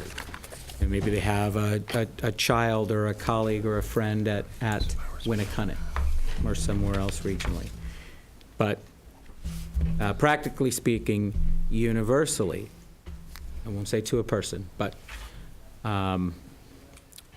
universally, Power School, the concept of making a decision now, deciding that June 2018, essentially through the course of the summer, we're done with Web to School. We're going to transition to and invest in Power School that's universally well received amongst our teachers. The understanding that this adoption, this has been part of the conversation, of a new SAS requires commitment and a bit of retraining. I mean, I will characterize what I've experienced with Web to School this year in terms of training and helping teachers to understand how to operate and manipulate and move information here and there has been less than successful. We're managing. We're not excelling. We're not doing our teachers aren't able to do their best work and work most collaboratively with each other with what we presently have. That's because of the functionality of Web? The functionality. But they understand it requires a commitment. And I haven't asked each and every person individually, but that commitment and that requirement isn't lost on our staff. So they know, okay, we're gladly invest the time and energy in learning something new. And so dedicating ourselves to this. So my recommendation is that the school board agree to make an investiture. It's an unplanned investiture. I realize that, and expenditure, but we'll enter into an agreement with Power School to provide our SIS services beginning with the 2018-2019 school year. So that transition would come into play through the course of the summer. And we'll have it uploaded, and we'll be on board for August of 2018. The cost for a one-year startup, as you know and understand, the first years are considerably higher, but the first year startup, as compared to Web to School, comparable. Second and third and ensuing years compared to Web to School, very comparable. And for the usability and what our teachers will be able to from a data assessment and data analysis perspective are tenfold, exponentially more so than Web to School, because they can't do anything with Web to School along those lines. So I would hope that I'm not speaking on behalf of the staff. We didn't vote. But people were positive and glowing and appreciative of the concept and possibility of no longer having to use Web to School. Is that relatively accurate? Okay, thank you, Rebecca. The other thing is, as you saw, Winnicott has Power School, and Eric and I had a meeting with Power School and found out that they can actually link. Even though we're separate accounts, they can link the accounts so that parent can go in and look at all of their children, whether they're in this school or in Winnicott. Initially, It's very cool feature. on Web to School's end, they had to understand. So let me get this straight. I'm Web to School. I'm Power School. So Northampton School is a different district than Winnicott High School that you send your students to. Yes, that's correct. So initially they were, well, that's a different district, different applications. So no, your parents would probably have to go to two different logins and so on and so forth. So, however, just the very next morning, they had done their research and found that is not the case. That's cool. Okay, so that's a win, a huge win for us and our parents. Yeah, because it will just be From tabbed continuity, across, right? so each kid's name Yeah. just tabbed across, and all you have to do is click on it. That's great. No, the cost did go up slightly because we are a different district than Winnicott, and the original proposal, they thought we were the same. I think they made the assumption because I think they were looking at SAU 21 as opposed to It's a fair assumption. fall under one license. I'm looking at the first-year bundle, Matt, I think this is the latest. The first-year bundle, year one total, $13,450. Doesn't have to be under 10? Yeah, we'd have to vote. Well, I don't know if we're asking. Under 10 for no vote, I got you. No, but I get anyway, you. just for your information. Right. And that, if we afford that, we'll still have money for the website. Yes. Depends on the trips.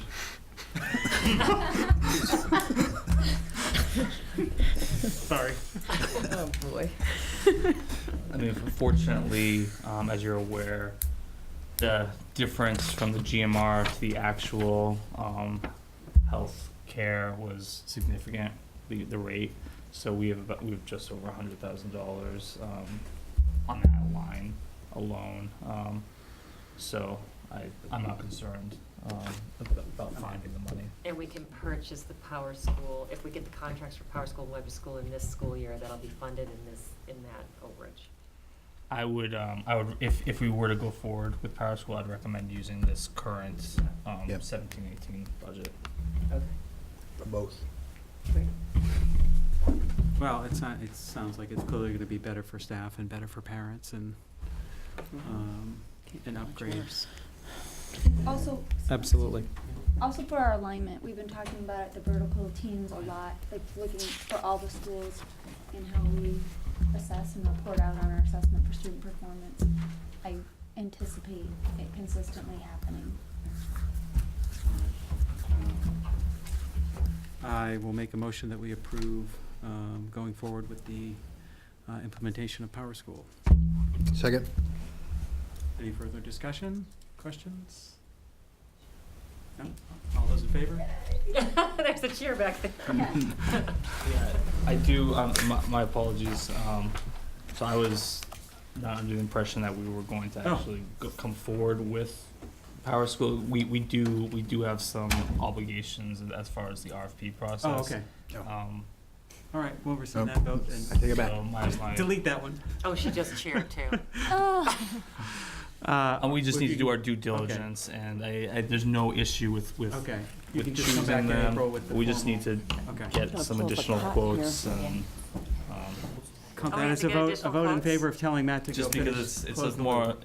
because it's, I mean, we can set the criteria based on, Trish? not on price, but based on functionality. Okay, So it's not an issue choosing popcorn? what we need, it's just the, okay, All right. okay. You can go forward and close the loop on that. That would be yes, great. we'll do. All right. Or Web- split the cost. Website? Do we have any Oh, no, I specific told to you to discuss take that on? off. Oh, yeah, sorry. We're gonna, Cindy does not have an update, we're gonna cross that Because off. the Power School is the update. Written reports, superintendent's report. We gave you, Mr. Chairman, we gave you some information on some of our other districts. I think Paul was very happy they passed Yeah. their renovation project after 6 years.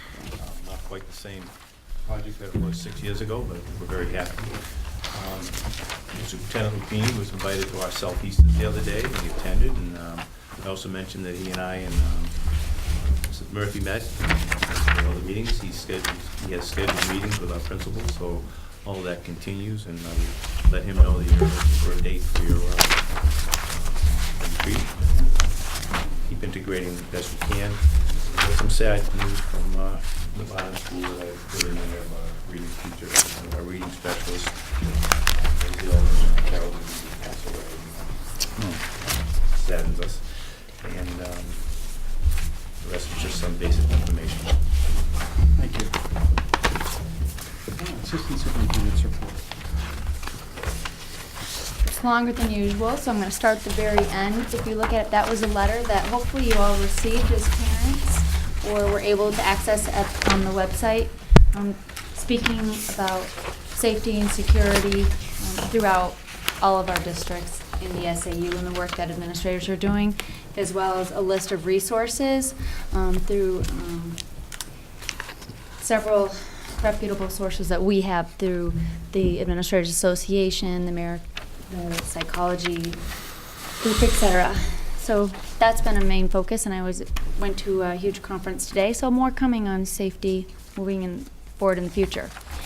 So I'm going to back up now to commendations. I really appreciate so many people in the district that have volunteer hours. As part of the New Hampshire School Administrators Association, we do Champions for Children Award each year, and districts can choose one. SAUs can choose them. They go on to the regional levels. Ours is the Southeasters group. They pick someone to then go forward to the state level. And I just wanted to be sure and include the 4 different areas that were given consideration. And I'm happy to congratulate Forrest Carter of Seabrook. Also, just this week, a new school board member for Seabrook, and had served on the budget committee prior to that. So he does significant work with some of the neediest children before and after school programs, as well as in the summer, and goes above and beyond to integrate curriculum into the services that he provides. So we're very proud of him, and he'll be acknowledged at an upcoming school board meeting for Seabrook. I'm very thankful, as I mentioned, about the calendar work with our administrators, and I just love to see that collaboration that's happening. Biggest one for me in the past month, the reason I was not here last month is because I was able to represent our SAU at the American Association of School Administrators in Nashville with approximately 3,000 administrators and vendors. And I reported a lot about education in the digital age and our campaign of our love for public education. It is Public Education Week this week. And just looking at, I wrote a lot about, for the sake of time, I'll let you read that, the different innovations, the way we're challenged to think, and the things that we're considering. Under professional learning, we are planning our SAU Day on April 6th.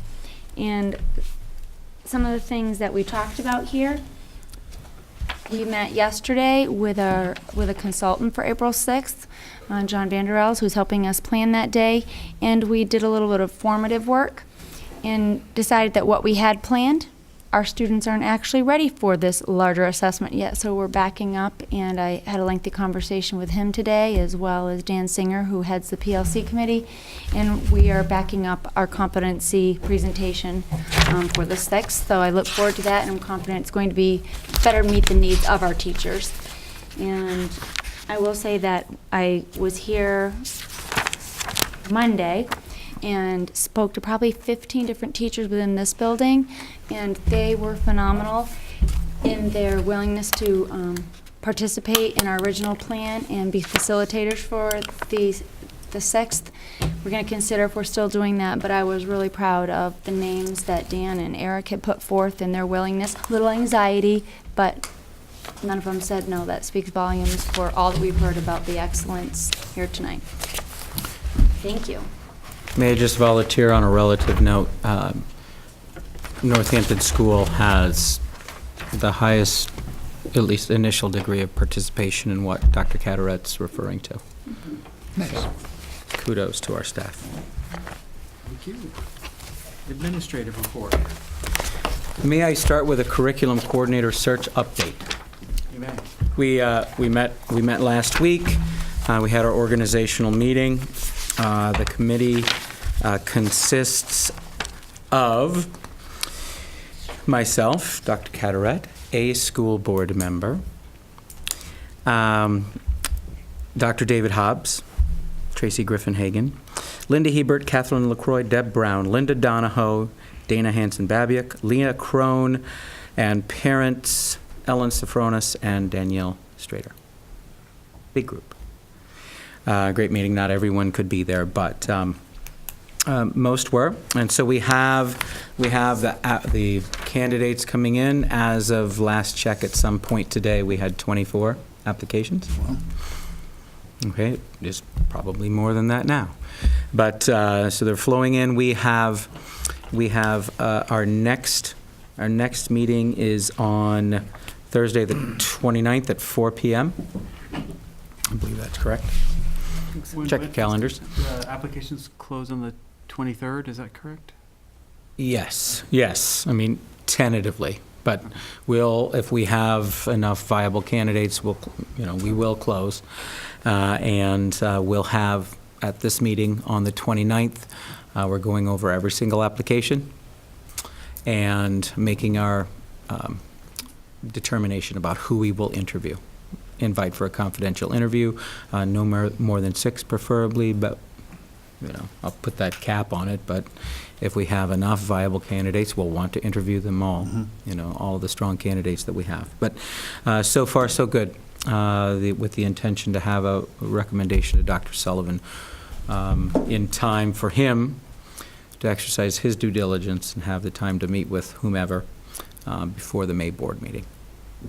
Internal and external candidates? Yes, well, I mean, primarily external, but we do have internal and/or SAU 21 candidates. So there is that, and thank you Sorry, for. if I might interrupt there. Please. You'll note he said a school board member. I went to the organizational meeting on our behalf. I am happy to continue on as the school board member, but obviously it's open to all of us to discussion about, and I trust your judgment on leadership. he said that with such a straight face, Tom. I almost believed it.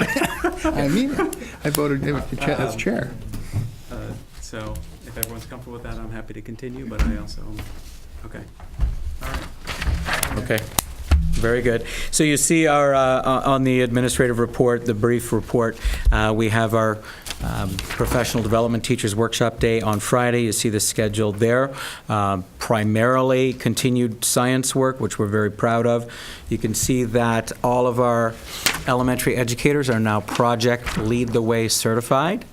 So all of our classroom teachers have that background and credential, if you will, in order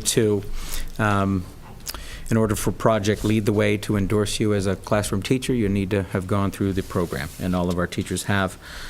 I had a good time at the dance. I had a really good time at the dance. I didn't let it all hang out too much, but the kids were a lot of fun, and they had so much fun with the 70s theme that I just couldn't help but get into it. So, I really appreciated seeing the kids, in that light. So a 7th and 8th grade dance, and you could certainly see, the 7th graders kind of a little less ready to get on the dance floor than others, but again, just in terms of that, the whole child aspect, it's great to see, and I'm looking forward to the play. And you knew the music better than anybody there. I was ready to go.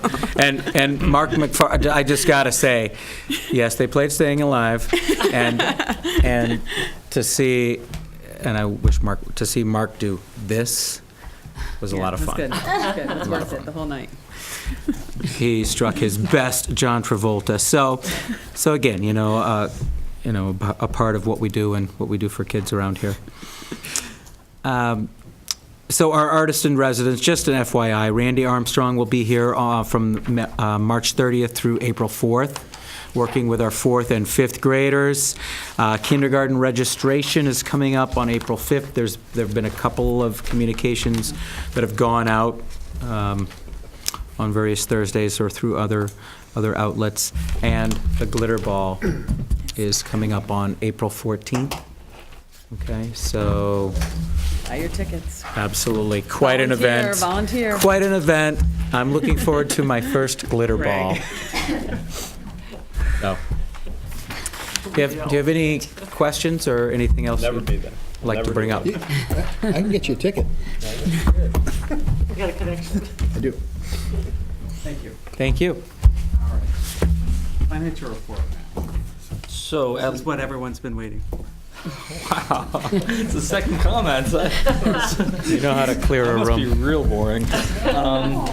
No. So, at last month's meeting, I had reported that the NHSAA had warned school districts of potential IRS penalties for affordable health care. And I am unhappy to report that we have received IRS notification of preliminary calculations of the employee shared responsibility payments.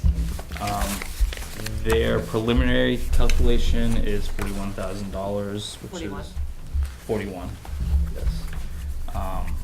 Slightly less than GMR. what I had calculated, or I had estimated it could be up to 47,000. So we need to respond to this notice, either yes, that is accurate, and send a check, or correct any mistakes. So we will be vetting exactly what they are suggesting is our penalty. We will be working with an attorney to make certain that we do properly respond, and I anticipate that I will have a more definitive answer as to how we will proceed, within the next, well, I can't say how long this process may take, but coming up. So. Okay. So I've also included, and I'd be happy to answer any questions in regard to the IRS. So I've also included this month's expenditure reports, and there are a few items I want to point out. Actually, the first of which is on page 1. If you look at salary clerical under special education, we currently have an available balance of $4,700, and that will not change. I do not anticipate that number changing. However, I do want to point out that this represents the SPED secretary position, who is out on maternity leave. We had planned to hire a long-term substitute for this position. However, we did not receive any qualified candidates. So we have worked to kind of cover that work. Combination of, unfortunately Tracy has to take on a little additional work. Case managers do as well. And I think Mary Beth is doing a little bit, or She's helping with purchase orders and things, but then Kelly everyone's Ford helping. Ford's Everyone's helping out picking up the a lion's tiny share. bit. And on top of that, we are offering, or we're not offering, we are providing a stipend for 2 hours a day to an existing employee to take on some the essentials, the bulk of the work. So we will recognize some savings here, but I just want to let you be aware that it is a slight change from just a temporary substitute, or a long-term substitute rather. On page 2,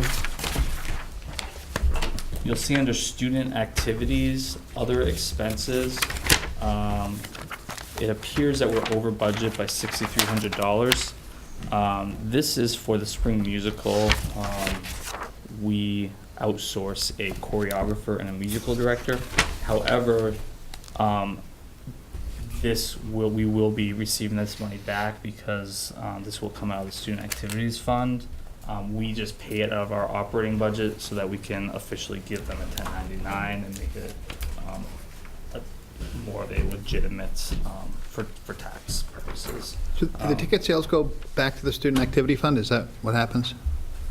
I don't know that answer if it goes into the general fund or the student activity fund. I'd assume it's the student activity fund, but I can verify that easily. Just curious. So it's easy enough to find out. All the money.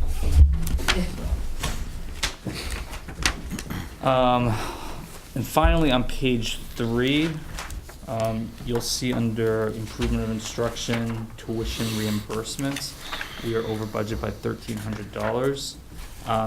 These are one of those variable costs. We budget for a certain amount of money based on historical usage. However, this year we did see a slightly higher rate of reimbursement. Excuse me. So that is it for the expenditure report. I'd be happy to answer any other questions if you have any. All right, finally, I have included an audit governance letter. So we did finalize the audits from the 16-17 school year. In this attached, you should have the audit governance letter. And I do want to point out there was one finding in the audit, and that was that for our journal entries, we needed a second approval, which is actually me. Previously, Nancy Tuttle, the finance manager, did the approval, but really there needs to be that second layer. So we have corrected that process. So now I am signing off on every journal entry. So, however, previously we were not doing so.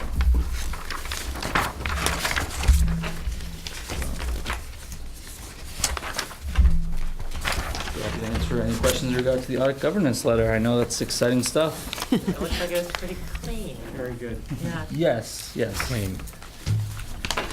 No budget for more pens, so you can sign off. We'll be good. Right. All right. I don't have enough to sign off on. Thank you. Budget committee is on hiatus. Facilities, you have John's facilities report in your packet. And follows the school nutrition report. Any questions on either of those? I like her, do you know? It's impressive. Yes. IP is on hiatus. And what kind of update? Where's Henry? So you have a report in your packet. It was in the I don't know if packet. there's anything else for Mr. Whitaker? There,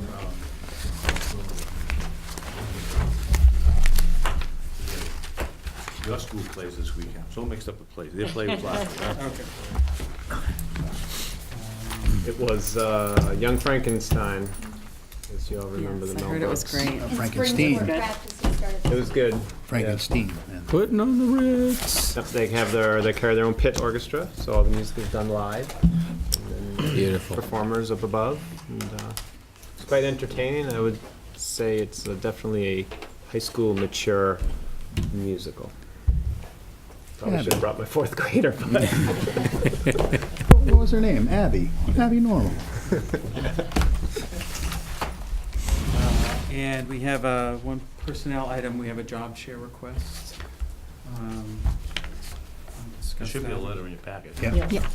If there are questions about it. Good night. Good night, Thank thank you. you. Thank you.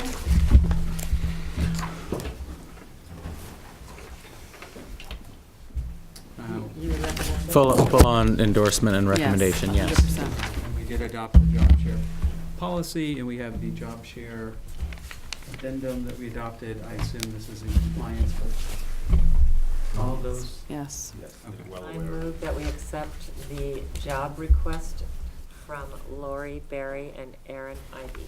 Second. Any discussion? Just for your, Erin Ivy is, it's Erin Primary, thank you. She's the primary teacher, and Lori Berry is the one sharing. All those in favor? All right, thank you. Our next meeting will be April 19th. And I will get back to everyone on possible dates for our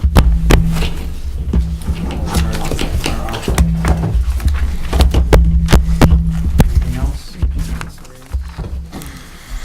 non-public. We don't have anything official for non-public. Okay. If we have questions that we wouldn't want to raise in public, then would we go into non-public?